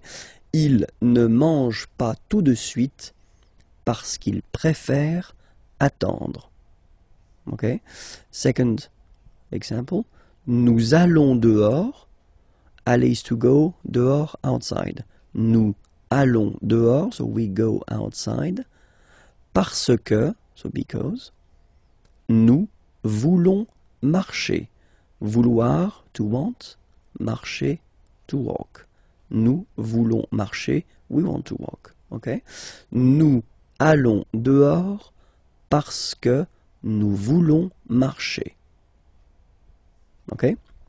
And then the second option to use this parce que is when you want to introduce the cause, la cause. Okay? Example here. Il prend son parapluie. Parapluie, umbrella. Prendre is to take. Il prend son, his. So he's taking his umbrella. Il prend son parapluie parce qu'il pleut. Pleuvoir, to rain. It rains, il pleut. Il prend son parapluie parce qu'il pleut. Okay? And then, second example. Il appelle le garagiste parce que sa voiture ne démarre pas. Okay? Appeler is to call. Garagiste is this nice person that will fix your car if it's broken or if it doesn't start, like in this example. Okay? Parce que sa voiture, voiture is car, sa voiture, possessive, his car, and then ne pas, so you get the negative form here, and démarrer is to start. Il appelle le garagiste parce que sa voiture ne démarre pas. So because his car doesn't start. Okay? Il appelle le garagiste parce que sa voiture ne démarre pas. All right, so you can see the two main way of using this parce que. So the first one, the reason. In that case, well, it's something that refers to the person. Okay, actually, in that case, it doesn't. He doesn't eat because he prefers to wait, and then we go outside because we want. Okay, and then the second possibility, when you talking about la cause, in that case, something that doesn't really, it's not the results of what someone is doing, but it's raining in that case, and then the car doesn't start. It doesn't really, it's not the result of the action of someone. Okay, so that's the two main use of parce que. Then we'll work on le Moyen-Orient, the Middle East. Okay, let's start. Le Moyen-Orient. So it's interesting here because normally if you would have only this word here, you would pronounce it moyen, moyen, okay? But then as you've got this vowel after, okay, you get to make the liaison between the two, le Moyen-Orient, Moyen-Orient, okay? Let's start now. Israël, Israël, la Palestine, la Palestine, le Liban, le Liban, la Jordanie, la Jordanie. Okay, so let's repeat them one more time. Le Moyen-Orient, Israël, la Palestine, le Liban, la Jordanie. Okay, and now we'll see the nationalities. Okay, so Israel, and then I will put the masculine form here and the feminine form here. Israélien, Israélien, so masculine form and then feminine form. Israélienne, Israélienne, okay, yen, yen, okay, and then Palestinien, Palestinien, feminine form, Palestinienne, Palestinienne. Le Liban, Libanais, Libanais, Libanaise, okay, aise, Libanais, Libanaise. And then Jordanie, Jordanien, Jordanienne, okay, yen, Jordanien, Jordanienne. Okay, so let's see them one more time. Israël, Israélien, Israélienne. La Palestine, Palestinien, Palestinienne. Le Liban, Libanais, Libanaise. La Jordanie, Jordanien, Jordanienne. L'extrême-orient, so Far East. L'extrême-orient, so let's discover that together. So Far East in French we will say l'extrême-orient. L'extrême-orient. Le Japon, le Japon. La Chine, la Chine, la Chine. L'Inde, so remember you get this nasal here form, IN1, l'Inde, l'Inde. Le Pakistan, le Pakistan. Hong Kong, Hong Kong. Okay, so let's see everything one more time here. L'extrême-orient, le Japon, la Chine, l'Inde, le Pakistan, Hong Kong. Okay, and now for the nationalities. So each time I will put the masculine form and the feminine form. Okay?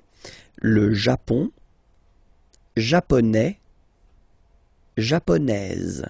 Okay, so the only difference is there. Est, aise. Japonais, japonaise. La Chine, chinois. So it's really this wa wa wa sound, remember? Chinois, chinoise. Z, z, was. Chinoise. So chinois, chinoise. L'Inde, indien, yin, indien, indienne. So remember this double N, you open it, indienne. Le Pakistan, pakistanais, pakistanaise. Hong Kong, chinois de Hong Kong, chinoise de Hong Kong. So let's see them one more time. Le Japon, japonais, japonaise. La Chine, chinois, chinoise. L'Inde, indien, indienne. Le Pakistan, pakistanais, pakistanaise. Hong Kong, chinois de Hong Kong, chinoise de Hong Kong. Le verbe pronominal. So, what is le verbe pronominal? So first we'll take an example. Regarder, to look, to watch. Okay? And then se regarder. In that case it would be to look at oneself. Okay? So that's the important thing about this verb pronominal. Le verbe pronominal will be constructed all the time with this se before the verb. Se regarder, okay? And this se will basically change the meaning of the verb because regarder, to look, to watch, se regarder, to look at oneself, okay? So we'll take an example. So if we take the regarder verb, okay? So normally you will construct this sentence, je regarde la télévision, okay? I watch the television. Je regarde la télévision, okay? But then, if you use this se regarder, so as I said, to look at oneself, in that case, je me regarde. Alright, so you will have to add this me thing here before the verb. Je me regarde. Okay, so let's see how we will conjugate this verb at the present form. Je me regarde. Tu te regardes. Il se regarde. Elle se regarde. Nous nous regardons. Vous vous regardez. Il se regarde. Elle se regarde. So now you can see that you've got to add these me, te, se, nous, vous, se before the verb when you conjugate it. Okay? Let's take another example. Appeler, to call. Okay? And then the important thing in that case is that, as usual, you know, appeler is starting with a vowel. A here. And it does mean that, as usual in French, normally we should have this se, but then e will disappear and it will look like that. S'appeler. So appeler, to call, and then s'appeler, to call oneself. Okay, so let's see how we will conjugate this verb. Je m'appelle. So same thing here, the that we had previously disappeared. Je m'appelle. So remember, that's normally the verb that you use when you introduce yourself.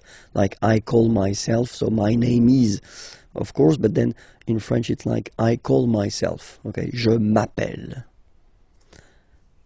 Tu t'appelles. Tu t'appelles. Il s'appelle. Elle s'appelle. Nous nous appelons. Okay, so I will make the liaison. Nous nous appelons. Vous vous appelez. Il s'appelle. Elle s'appelle. Sorry. So if you look carefully here as well, so you will have to add this m, t, s, okay, and then nous, vous, s, okay. So remember, it's just because the verb is starting with a vowel. It would be the same if the verb would start with the letter h plus a vowel, because we don't pronounce h, so that's the reason why. My God, I'm losing my voice. Let's hope I will finish. Be careful, because in some cases when you will add this se in front of the verb, then le sens, so the meaning of the verb, will change. So I will put a few examples here.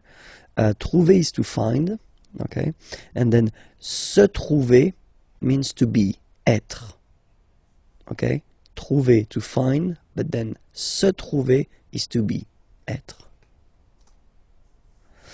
Passer, to pass. Se passer, avoir lieu, so to take place. Se passer, to take place. Passer, to pass. Okay? And then mettre, to put. Se mettre, well, it's to start. Commencer, to start something. Okay? So remember, trouver, to find. Se trouver, être, so to be. Passer, to pass. Se passer, avoir lieu, to take place. Mettre, to put. Se mettre, commencer, to start something. Le futur proche, so basically if you want to translate it directly, it would be the near future. So what is le futur proche exactly? It's the possibility that we have in French and in other languages to construct basically a future with aller at the present form, followed by the infinitive, so the basic form of the verb. Okay, so like in English you would say I am going to travel, for instance. In French we would say je vais voyager. Okay, so remember, first aller, that you conjugate at the present form, and then you will put your verb at the infinitive form. Okay, so first, of course, we did introduce the verb aller and the way to conjugate it, but still I think that it is really important to see how it goes. So we will see one more time the conjugation of aller at the present form. Okay, first person here, je vais. Remember, final S not pronounced. Je vais. Okay, tu vas. Same thing here, final S not pronounced. Tu vas. Il, elle va. Nous allons. Final S not pronounced, and then when you get this ON combination, you get this nasal on, really in your nose, okay? On. And then let's make this little liaison here to make it sound more beautiful. Nous allons. Nous allons. Okay? Same thing here. Vous allez. Vous allez. Alright? Remember, classic ending for vous, a Z, okay? But then when you combine these two letters, you get the sound E. Okay? Aller. And then vous allez. Alright? And the last persons, ils, elles, vont. Ils vont, elles vont. Okay, remember, final T not pronounced, so you get this ON nasal here. On, vont. Okay, so let's see them one more time. Je vais, tu vas, il va, elle va, nous allons, vous allez, ils vont, elles vont. Okay, so that's the first part that we will use to construct this futur proche. Okay, and then the second part will be, well, the verb that you want to express, but at the infinitive form. So I've been writing few examples here. So the first sentence, je vais voyager. Voyager means to travel. Avec, with, ma famille, my family. Je vais voyager avec ma famille. Okay? So, quite simple way to construct a future form. Tu vas chercher. Chercher means to search. Une nouvelle maison. Okay? Une nouvelle. Nouvelle, it's the feminine form of the adjective nouveau, new. Okay, because maison, house, as you can see here, is feminine, so une nouvelle maison, a new house. Tu vas chercher une nouvelle maison. Okay, and then il, elle, va partir. Partir is to leave.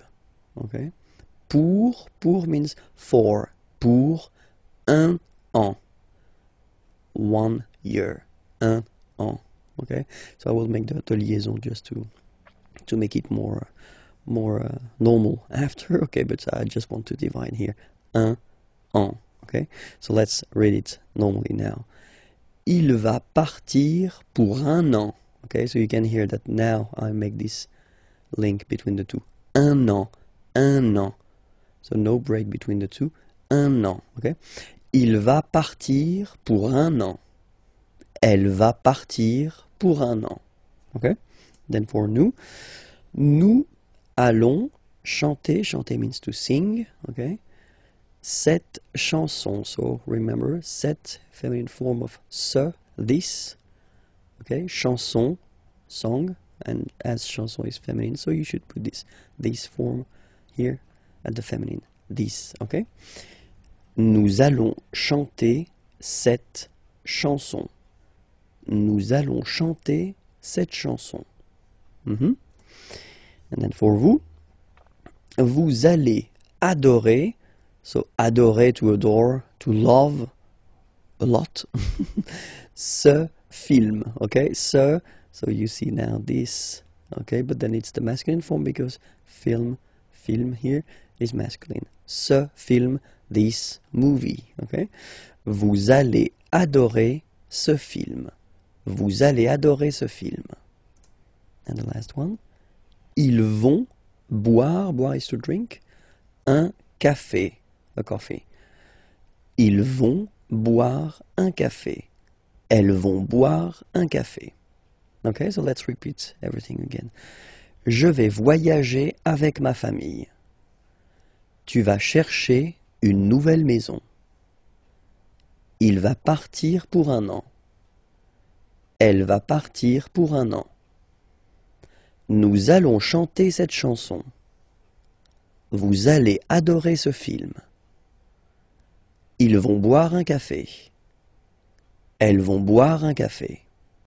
Bonjour à tous, hi everyone and welcome to Learn French with Vincent. This is Unité 4, leçon B. And in this lesson, we'll try to work on le genre des mots, so the gender of the words, because normally that's something a bit difficult for students to know or to remember the gender of the words. So normally what I tell them is to try to memorize, try to remember the gender when they discover or when they see a new word, but I know it's not easy. Okay, so in this lesson we'll try to see actually a few endings that give you some useful tips, and well, we'll focus only on the feminine words, and we'll start right now. Sorry.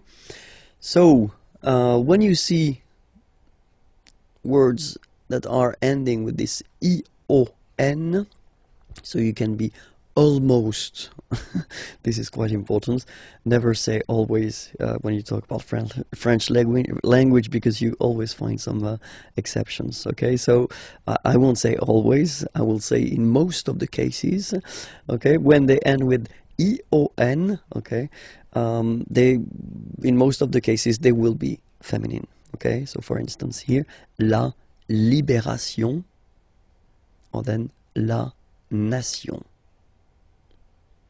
Okay. Other ending is t. So when a word is finishing or ending with t, like that, la rapidité. Rapidité means speed, and then la santé, health. Okay. In this case, you can be almost sure that these words will be feminine. Okay. When they're ending with ure, ur. Okay. La peinture, paint, la voiture, car, okay, so they are feminine. And then when they're ending with s, like that, s-s-e, so for instance, la politesse, la vitesse. Vitesse means speed, okay? So these words are feminine, and these endings are classical ending for feminine form, okay? So let's see them one more time. La libération, la nation, la rapidité, la santé, la peinture, la voiture, la politesse, la vitesse. Okay? So let's see a few more. So still for the feminine form. So when you will have a word ending with this double T, et, okay, for instance, la chaussette, la roulette, so they will be feminine, okay? Chaussette means sock, and then roulette, well, it's the same, the thing you will find in casinos. And then when they're ending with ie, like here, okay, so basically you don't pronounce the okay, so it will be only the sound I, okay, for instance, la vie, life, okay, la partie, the part, okay, so they will be feminine as well, okay, and then words ending with accent aigu, and then here, okay, remember this final is not pronounced, so you will have this e, remember accent aigu, it's e sound, okay, la poupée, the doll, l'arrivée, the arrival, okay, la poupée, l'arrivée, so feminine as well. In that case, remember that normally it should be la arrivée, but as arrivée, as usual, you know, start with a vowel, then a is disappearing, and then you just put this apostrophe, okay? And then words ending with ud, like that, ude, ud, okay, are normally, in most of the cases, feminine. La gratitude, well, if my understanding is correct, it is exactly the same in English. La gratitude, and then same thing here, latitude. Latitude. Okay, so let's repeat them one more time. La chaussette, la roulette, la vie, la partie, la poupée, l'arrivée, la gratitude, latitude. Okay, I know it's not the key, it's not the magic key that will help you forever and that will give you all the time the correct gender of the words, but still you've got some tips now. Okay, it was leçon B. Okay, remember that I've been doing many lessons, so they can be found there on youtube.com/imagier. Okay, and then the website is here, imagier.net. You can find more material there. Have a nice day. Bye bye. l'article partitif. So what's l'article partitif? Well, basically it's when you want to say that you want some sugar, for instance, so you don't want to specify the quantity, okay, just want to say that you want some, but you don't want to say 1, 2, 3, okay, then as usual we will have the difference between the masculine form and the feminine form, okay. So for the masculine form it will be du, okay, du, simple thing, d, u, this is u, this is d, du, alright. And then for the feminine form it will be de la, okay, de la, alright. Masculine form du, feminine form de la, alright. Let's see a few examples now. Je bois, boire is to drink, okay, so je bois du café, alright. So you can see the difference here. It would be possible to say je bois un café, okay. In that case you would translate it je bois un café by I drink one coffee or I drink a coffee, okay. In that case when you put this du café, so first you put the masculine form because café is masculine, okay, and then you want to say, you don't want to specify the quantity, you want to say I drink some coffee, okay, je bois du café, okay. The other option as well would be to say je bois le café, so if you want to put this article défini, but then you would have to put more information after, le café de ma mère, the coffee of my mother if you want, okay. So in that case, in this lesson we'll only focus on l'article partitif, so it's some, okay, je bois du café, alright. Let's see another option. Tu voudrais, so I wanted to introduce this voudrais form, okay, so it's coming from vouloir, vouloir is to want, okay, but then it's not the present form here, the classic present form, it's the conditionnel form, okay, so it's the polite form that normally we should use. So I would like to have, you know, you don't say tu veux, you don't say you want, because it is too strong and too direct. So normally we tend to use this conditionnel form. So tu voudrais, you would like to have, and then salade, okay, and it's feminine, so you should put the feminine form of this partitif, so de la salade, so some salad, okay. Tu voudrais de la salade, all right.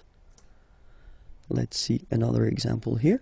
Nous mangeons, so manger is to eat, okay, and that's the form for nous, okay. Nous mangeons du gâteau, gâteau is cake, okay, and it's masculine, so du gâteau, we eat some cake. Vous voulez, okay, so vouloir again, all right, to want, okay, but here it's the present form, okay. Do you want? Vous voulez du fromage, cheese, du fromage, so some cheese, and it's a question. Vous voulez du fromage? Okay, and the last example here. So I've been putting this il y a, we'll see that a bit later in this unit, but it will come. Il y a means there is, okay? Il y a, there is, okay? Il y a de la neige, neige is snow, okay? Par terre, on the ground, par terre. So there is snow on the ground. Il y a de la neige par terre. Okay, so let's repeat all these sentences. The first one, je bois du café. Second one, tu voudrais de la salade. Nous mangeons du gâteau. Vous voulez du fromage? It's a question, so I've been insisting a little bit too much maybe. Let's do it one more time. Vous voulez du fromage? And the last one, il y a de la neige par terre. Pourquoi? Why? Pourquoi? Why? Okay? So, if you ask a question with pourquoi, why, normally the answer that you will have will start with whether parce que, because, okay, or then pour plus one verb at the infinitive form, so the basic form, okay? So whether parce que, and then you just start a sentence, or then pour plus a verb at the infinitive form, okay? Let's see now some examples. First question, pourquoi es-tu ici? Pourquoi es-tu ici? Okay, ici means here. Es-tu, are you? Why are you here? Pourquoi es-tu ici? So the first answer, parce que, so because, je suis invité, I am invited, by Nicolas, because I am invited by Nicolas. Parce que je suis invité par Nicolas. Okay, so normally when you start with the parce que, so you want to express the reason why, okay? Parce que je suis invité par Nicolas. Alright? And then, other option would be pour passer la soirée. So in that case, passer should be translated like spend, okay? Pour, to spend, pour passer la soirée, the evening, avec, with, vous, you. Pour passer la soirée avec vous, to spend the evening with you. And in that case, when you will start your answer with pour, okay, so you will express what will you will do after that, okay? Pour passer la soirée avec vous, okay? And in that case, parce que, you want to introduce the reason why, okay? So that's the way we will construct answers when you will ask a question with pourquoi, okay? Où est le cube? Where is the cube? Où est le cube? Okay, so let's see that together. So here, first situation, here, okay, so this is le cube and this is le cylindre, okay, so just to make it clear, because that's the things we'll use to introduce, well, the prepositions. Le cube est sur le cylindre. So you can see it's on, okay, so sur le cylindre, okay, and there is contact here, okay, it's quite important. Second option, same thing, but it's basically under here. Le cube est sous le cylindre, okay, le cube est sous le cylindre. Don't pronounce the final S, and then this OU combination of vowels is pronounced OU, okay? Sous, sous. Le cube est sous le cylindre. Alright? Then, here, no contact, and that's really important, okay? Le cube est au-dessus du cylindre. So let's repeat it. Le cube est au-dessus, final S not pronounced here, au-dessus du cylindre. Okay? Then, same situation, sorry, but then the opposite, so it's here and no contact here. You can see no contact. Le cube est au-dessous du cylindre. Okay? Au-dessous, final S not pronounced, du cylindre. Le cube est au-dessous du cylindre. Alright? So here, I've been putting the plural form because we've got two here. Les cubes sont à côté du cylindre. So next to, okay? Les cubes sont à côté du cylindre. Le cube est à gauche du cylindre. Okay, gauche, left. On the left of le cylindre. Le cube est à gauche du cylindre. Okay, then the next one. Droite, obviously it's right, on the right. Le cube est à droite du cylindre. Le cube est à droite du cylindre. Okay? In front of. Le cube est devant le cylindre. Le cube est devant le cylindre. And now, behind, it's not possible to see it, that's the reason why. Le cube est derrière, so behind, le cylindre. Le cube est derrière le cylindre. So I've been taking away the color just to show you that it's inside, okay? So in, le cube est dans, so in, le cylindre. Le cube est dans le cylindre. Les adverbes de lieu. So really useful. And we're starting right now. So the first one that we'll see.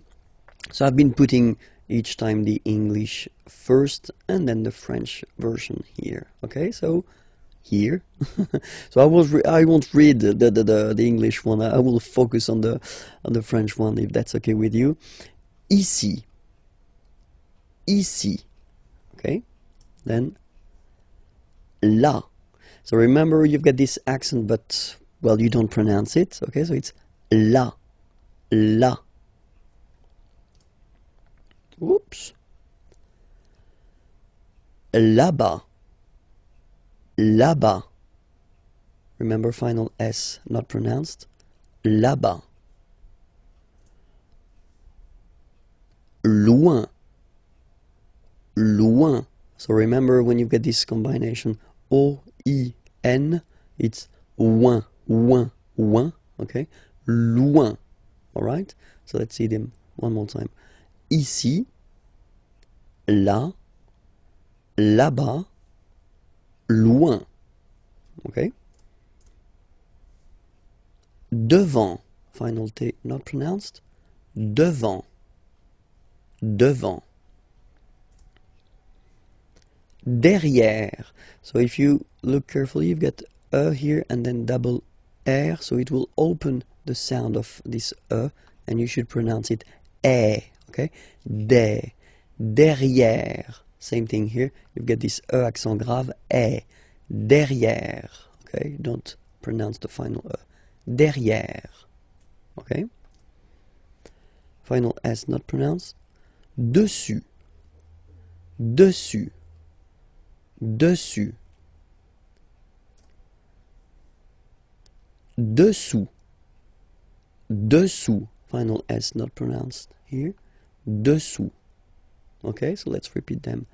Devant, derrière, dessus, dessous.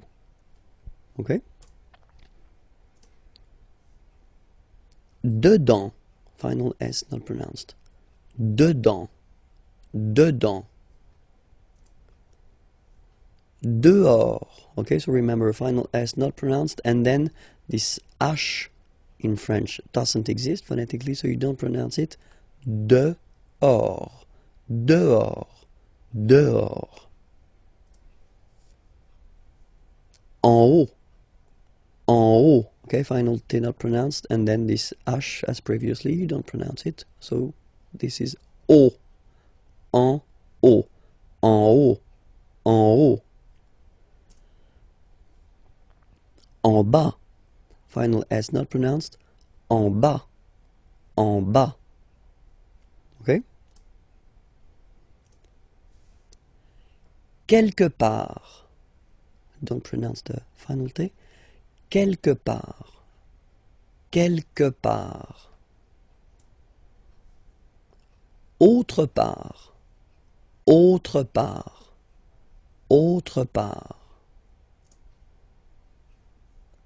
Ailleurs. Look, final S not pronounced, and then you've got this y sound. Ailleurs. Okay, so sorry, I insist a little bit too much maybe, but still, let's read it normally now. Ailleurs, ailleurs. Okay. Autour, autour, autour. Okay, so repeat them one more time. Quelque part, autre part, ailleurs, autour. Comment exprimer l'obligation. So when you must do something, well, there is a verb for that to express must, and this is falloir. Falloir, okay, falloir. And then you will have two options. The first one will be il faut. So you get to remember that falloir is what we call verb impersonnel, okay, because there is only one form and it's il, third person of the singular. Il faut, okay. So je, tu, nous, vous, etc. They don't exist for falloir. It's only il, okay. Il faut, and then the verb coming after will be at the infinitive. Okay, so that's the way to express to must. Okay, and then, or to have to if you want, il faut. Okay, same form, but then you will add after that un nom, a noun. Okay, so whether a verb at the infinitive form or then a noun. So we'll see few examples now. So the first scénario, as we would say in French, is falloir plus infinitif. Okay, so here, il faut respecter les règles. All right, il faut respecter, so to respect, les règles, the rules. Il faut respecter les règles. All right, and then another option, so I've been putting here and here the two parts of the negative form. Il ne faut pas fumer, fumer is to smoke, ici, here. Il ne faut pas fumer ici. Okay, so now we'll see the way it works with noun, a noun. And here, for instance, il faut, so still il faut, remember, as I said, it's only il faut, so it's a verbe impersonnel, okay? Une carte d'identité. Il faut une carte d'identité. Second example here, il faut un parapluie, umbrella, un parapluie, car, because, il pleut. It's raining. It rains. Il faut un parapluie, car il pleut. Les adjectifs ordinaux. Les adjectifs ordinaux, so in English it would be first, second, third, fourth, etc., etc. So we'll see how they go in French. And so we'll start with the first, okay? And as usual in French, remember, we've got the difference between the masculine form and the feminine form, okay? So each time we'll have here and here the masculine form and the feminine form. Here, that's the way you can see them written when you get to make them short, okay? So they can be written like that, okay? So we'll pronounce them. Le premier, so the first, le premier, la première. Le premier, la première. Okay? Then, le deuxième, la deuxième. So in that case, it's only the le and la that will be different, because deuxième will be the same if you look at them. Okay? Then, same thing here. Le troisième, la troisième. Le troisième, la troisième. Okay? le quatrième, la quatrième. Le quatrième, la quatrième. Le cinquième, la cinquième. Le cinquième, la cinquième. Le sixième, la sixième. Le sixième, la sixième. Le septième, so remember we don't pronounce this P here. Le septième, la septième. Okay? Le huitième, remember H doesn't exist. Huitième, huitième, la huitième. Le neuvième, neuvième, so it's V here, remember, vième, la neuvième. Le neuvième, la neuvième. Le dixième, so remember, even if you've got this X here, you pronounce it Z. Dixième, dixième, same thing as we had here. Sixième, okay? Le dixième, la dixième. Le verbe partir, partir means to leave, okay, at the present form. So we see this verb because this verb is normally quite useful, and then it is not regular, so it belongs to the third group of verbs, so it's always good to see the conjugation together, okay? So the first form is je pars. So final S not pronounced. Je pars. Tu pars. Same form. You can see here and here. So final S not pronounced. Tu pars. Il, elle, part. Final T not pronounced. Il, elle, part. Okay? So you can see that it's part. Sorry. Part, part, and then par, okay? So the same phonetical form for these persons, but then obviously and of course for nous it will be different. So classic ending ONS, you don't pronounce the S, you just have this on sound nasal. Nous partons, nous partons, okay? Then for vous, classic ending for vous as well, EZ, but then you pronounce it et. Vous partez. Vous partez. Okay? And the last persons. Il, elle, partent. Remember, classic ending, ENT, but then you don't pronounce them. Partent. Partent. Okay? So let's repeat them again. Je pars. Tu pars. Il part. Elle part. Nous partons. Vous partez. Ils partent, elles partent. Bonjour à tous, hi everyone and welcome to Learn French with Vincent.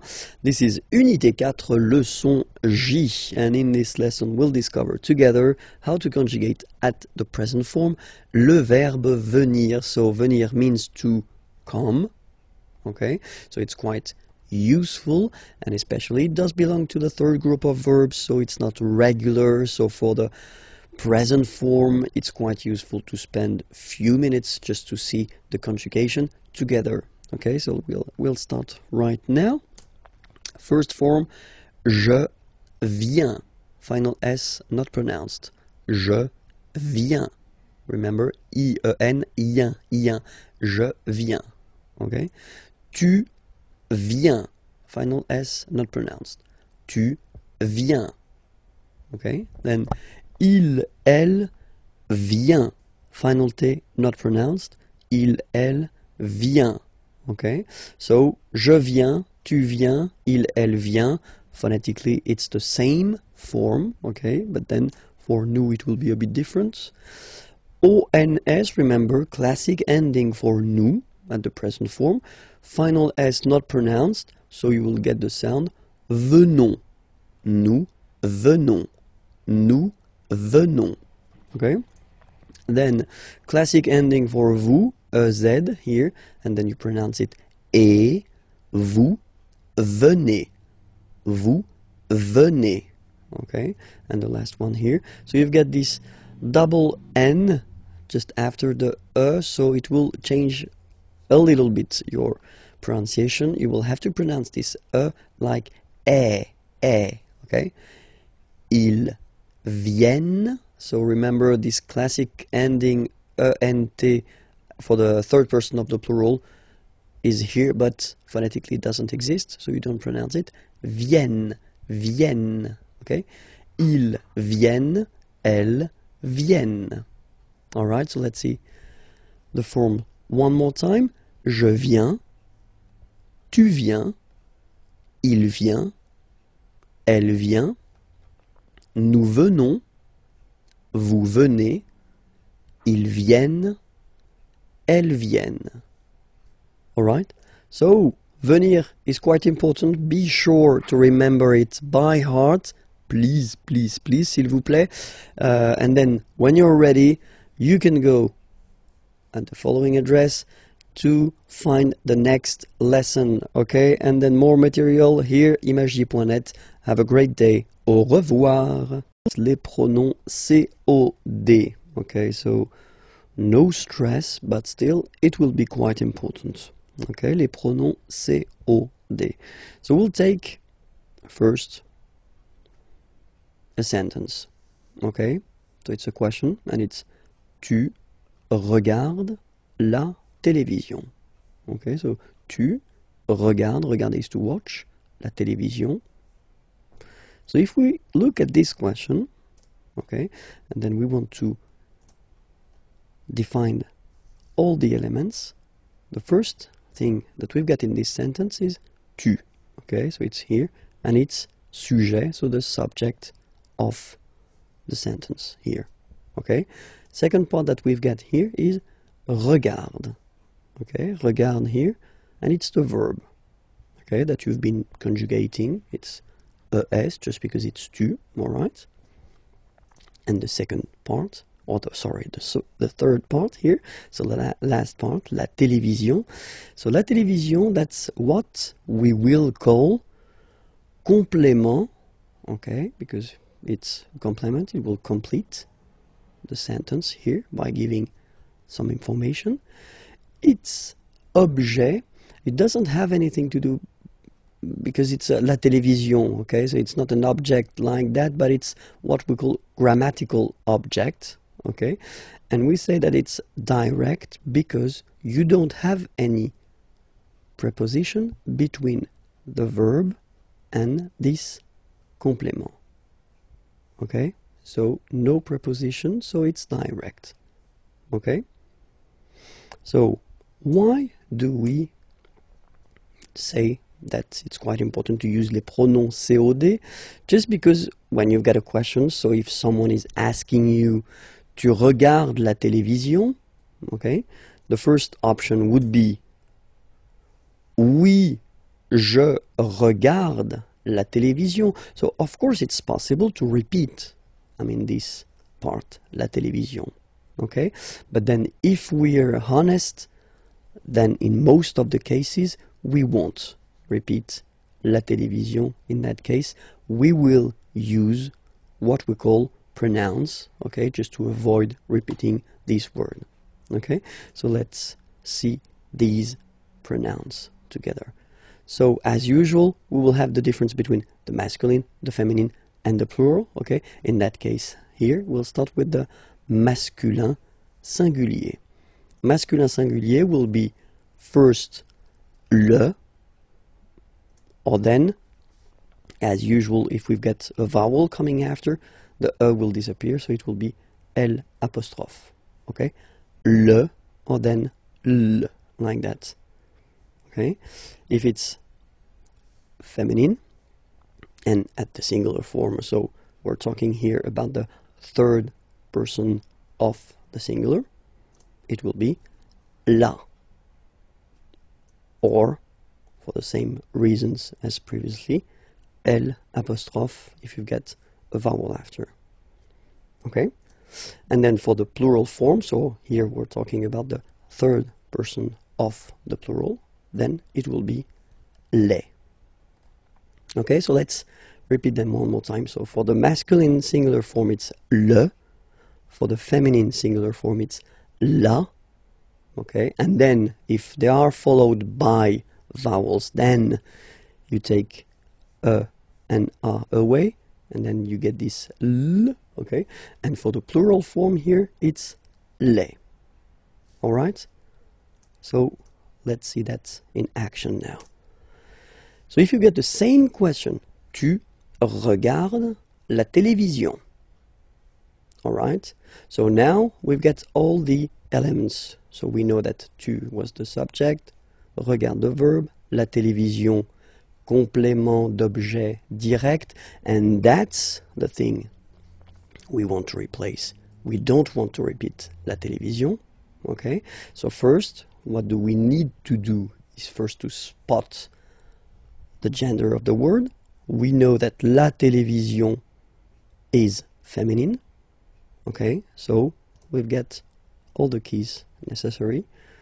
Oui, je la regarde. So, as I said a long time ago in a lesson, remember that in French, the pronouns, like this one for instance, are coming before the verb. So that's the reason why you will have this la here before the verb. Oui, je la regarde. Okay? Let's take another question. And here you've got tu vas regarder la télévision. So what's the difference between the previous question and this question? Well, this is, and we saw that in a previous lesson, I guess it was on this unit, so you can check it if you're not sure about that. That's what we call the futur proche, so the near future. Tu vas regarder la télévision, you are going to watch. Okay, so that's the near future. Tu vas regarder la télévision. Okay, and then here, if you look carefully, well, you've got two verbs. And that's the important thing here. So if you will have a structure with two verbs, and then you want to use a pronoun, this pronoun will come always before the second verb. Like here, oui, je vais la regarder. Okay? So I'm not telling you that it will come between the two verbs, because you can have many things between these verbs. Okay, so focus on this idea that it will come before the second verb. Oui, je vais la regarder. Okay, so we'll see that les pronoms complément d'objet direct can replace all the persons. So for the first person it will be me, second person it will be te, third person of the singular, so the one we saw, le for the masculine form, and then la for the feminine form. First person of the plural, nous, so basically it's quite easy to memorize this one, to remember it. Same thing here. Second person of the plural, vous. And then third person of the plural, les. Alright, so me, te, le, la, nous, vous, les. Alright? So we'll see now a few examples. So the first one, il me regarde. So if you want to say that he is looking at me, il me regarde. Okay, so remember, as I said previously, these pronouns are coming before the verb. Okay, il me regarde. Present form, only one verb, you just put it before. Il me regarde. Il te regarde. So he's looking at you. Il te regarde. Il le regarde. Il la regarde. He's looking at him, he's looking at her. Il nous regarde. Il vous regarde. Il les regarde. Okay, it's not that difficult when you try to remember. Well, first, of course, the pronouns, and then this idea that it will come before the verb. Well, honestly, it's not that tricky. Okay, I've been putting the same sentence, but then at this near future form. Okay, so just to show you, if you forgot it, that it should come before the second verb. Okay, so il va me regarder, so he's going to watch me, or to look at me. Okay, il va me regarder. Il va te regarder. Il va le regarder. Il va la regarder. Il va nous regarder. Il va vous regarder. Il va les regarder. Les pronoms COI. Okay, les pronoms COI. So, well, let's say that it's the second part of les pronoms CO, complément d'objet. Okay, so if you didn't watch the previous lesson, well, maybe it would be better to do so that you could understand maybe more clearly the whole thing. Okay, but then still we're starting right now. So, les pronoms complément d'objet direct. So, we'll start with une question, a question. Okay, so we'll see. It's a basic question. Okay, you get tu parles à ton frère. Okay, parler is to talk. Tu parles, you talk to your brother, à ton frère. Okay, so if we have a look at the elements in this sentence, the first part or the first element is tu, okay, and that's the subject of the sentence, tu, all right. Then the second element is parle, okay, and that's the verb. So it's ending like that because you've been conjugating this verb according to tu, okay, but it's a verb here. And then we've got this last part here, à ton frère. So that's what we call complément, so it will come to complete the sentence, okay, and it's objet, okay, so be careful, it's really what we call a grammatical object. So it's not an object, because in that case it's a good example because it's a person, okay, but then it's a grammatical object, and it's indirect because you've got this preposition à here, okay. So in the previous lesson we saw the direct ones, okay, they were without any preposition, okay, but then in this lesson it's indirect because you've got the preposition à here, okay, and it will change the things. So let's see the question. You can ask the question, so it's the same. Tu parles à ton frère, okay, and then the answer that you could give, of course, would be oui, je parle à mon frère. But let's say that in most of the cases in French, we won't repeat this à mon frère part, okay? We'd rather use pronouns just to avoid repeating this complément d'objet indirect, okay? So we'll see how they go. As usual in French, we will have the difference between the masculine form, the feminine form, and the plural form, okay? And here, just to start, we'll start with masculine singular, okay? Masculine singular form will be lui, okay? UI, lui, lui, all right? Féminin singulier, so feminine form and the singular form here, it will be lui. So it's quite easy to memorize, to remember, okay, because it is the same form for the masculine and the feminine form, okay? And then for the plural form, so third person of the plural, to be more precise, it will be leur. Okay, so masculine singular, third person of the singular, lui. Féminin singulier, feminine singular form, third person of the singular, lui. And then the plural form, third person of the plural, leur.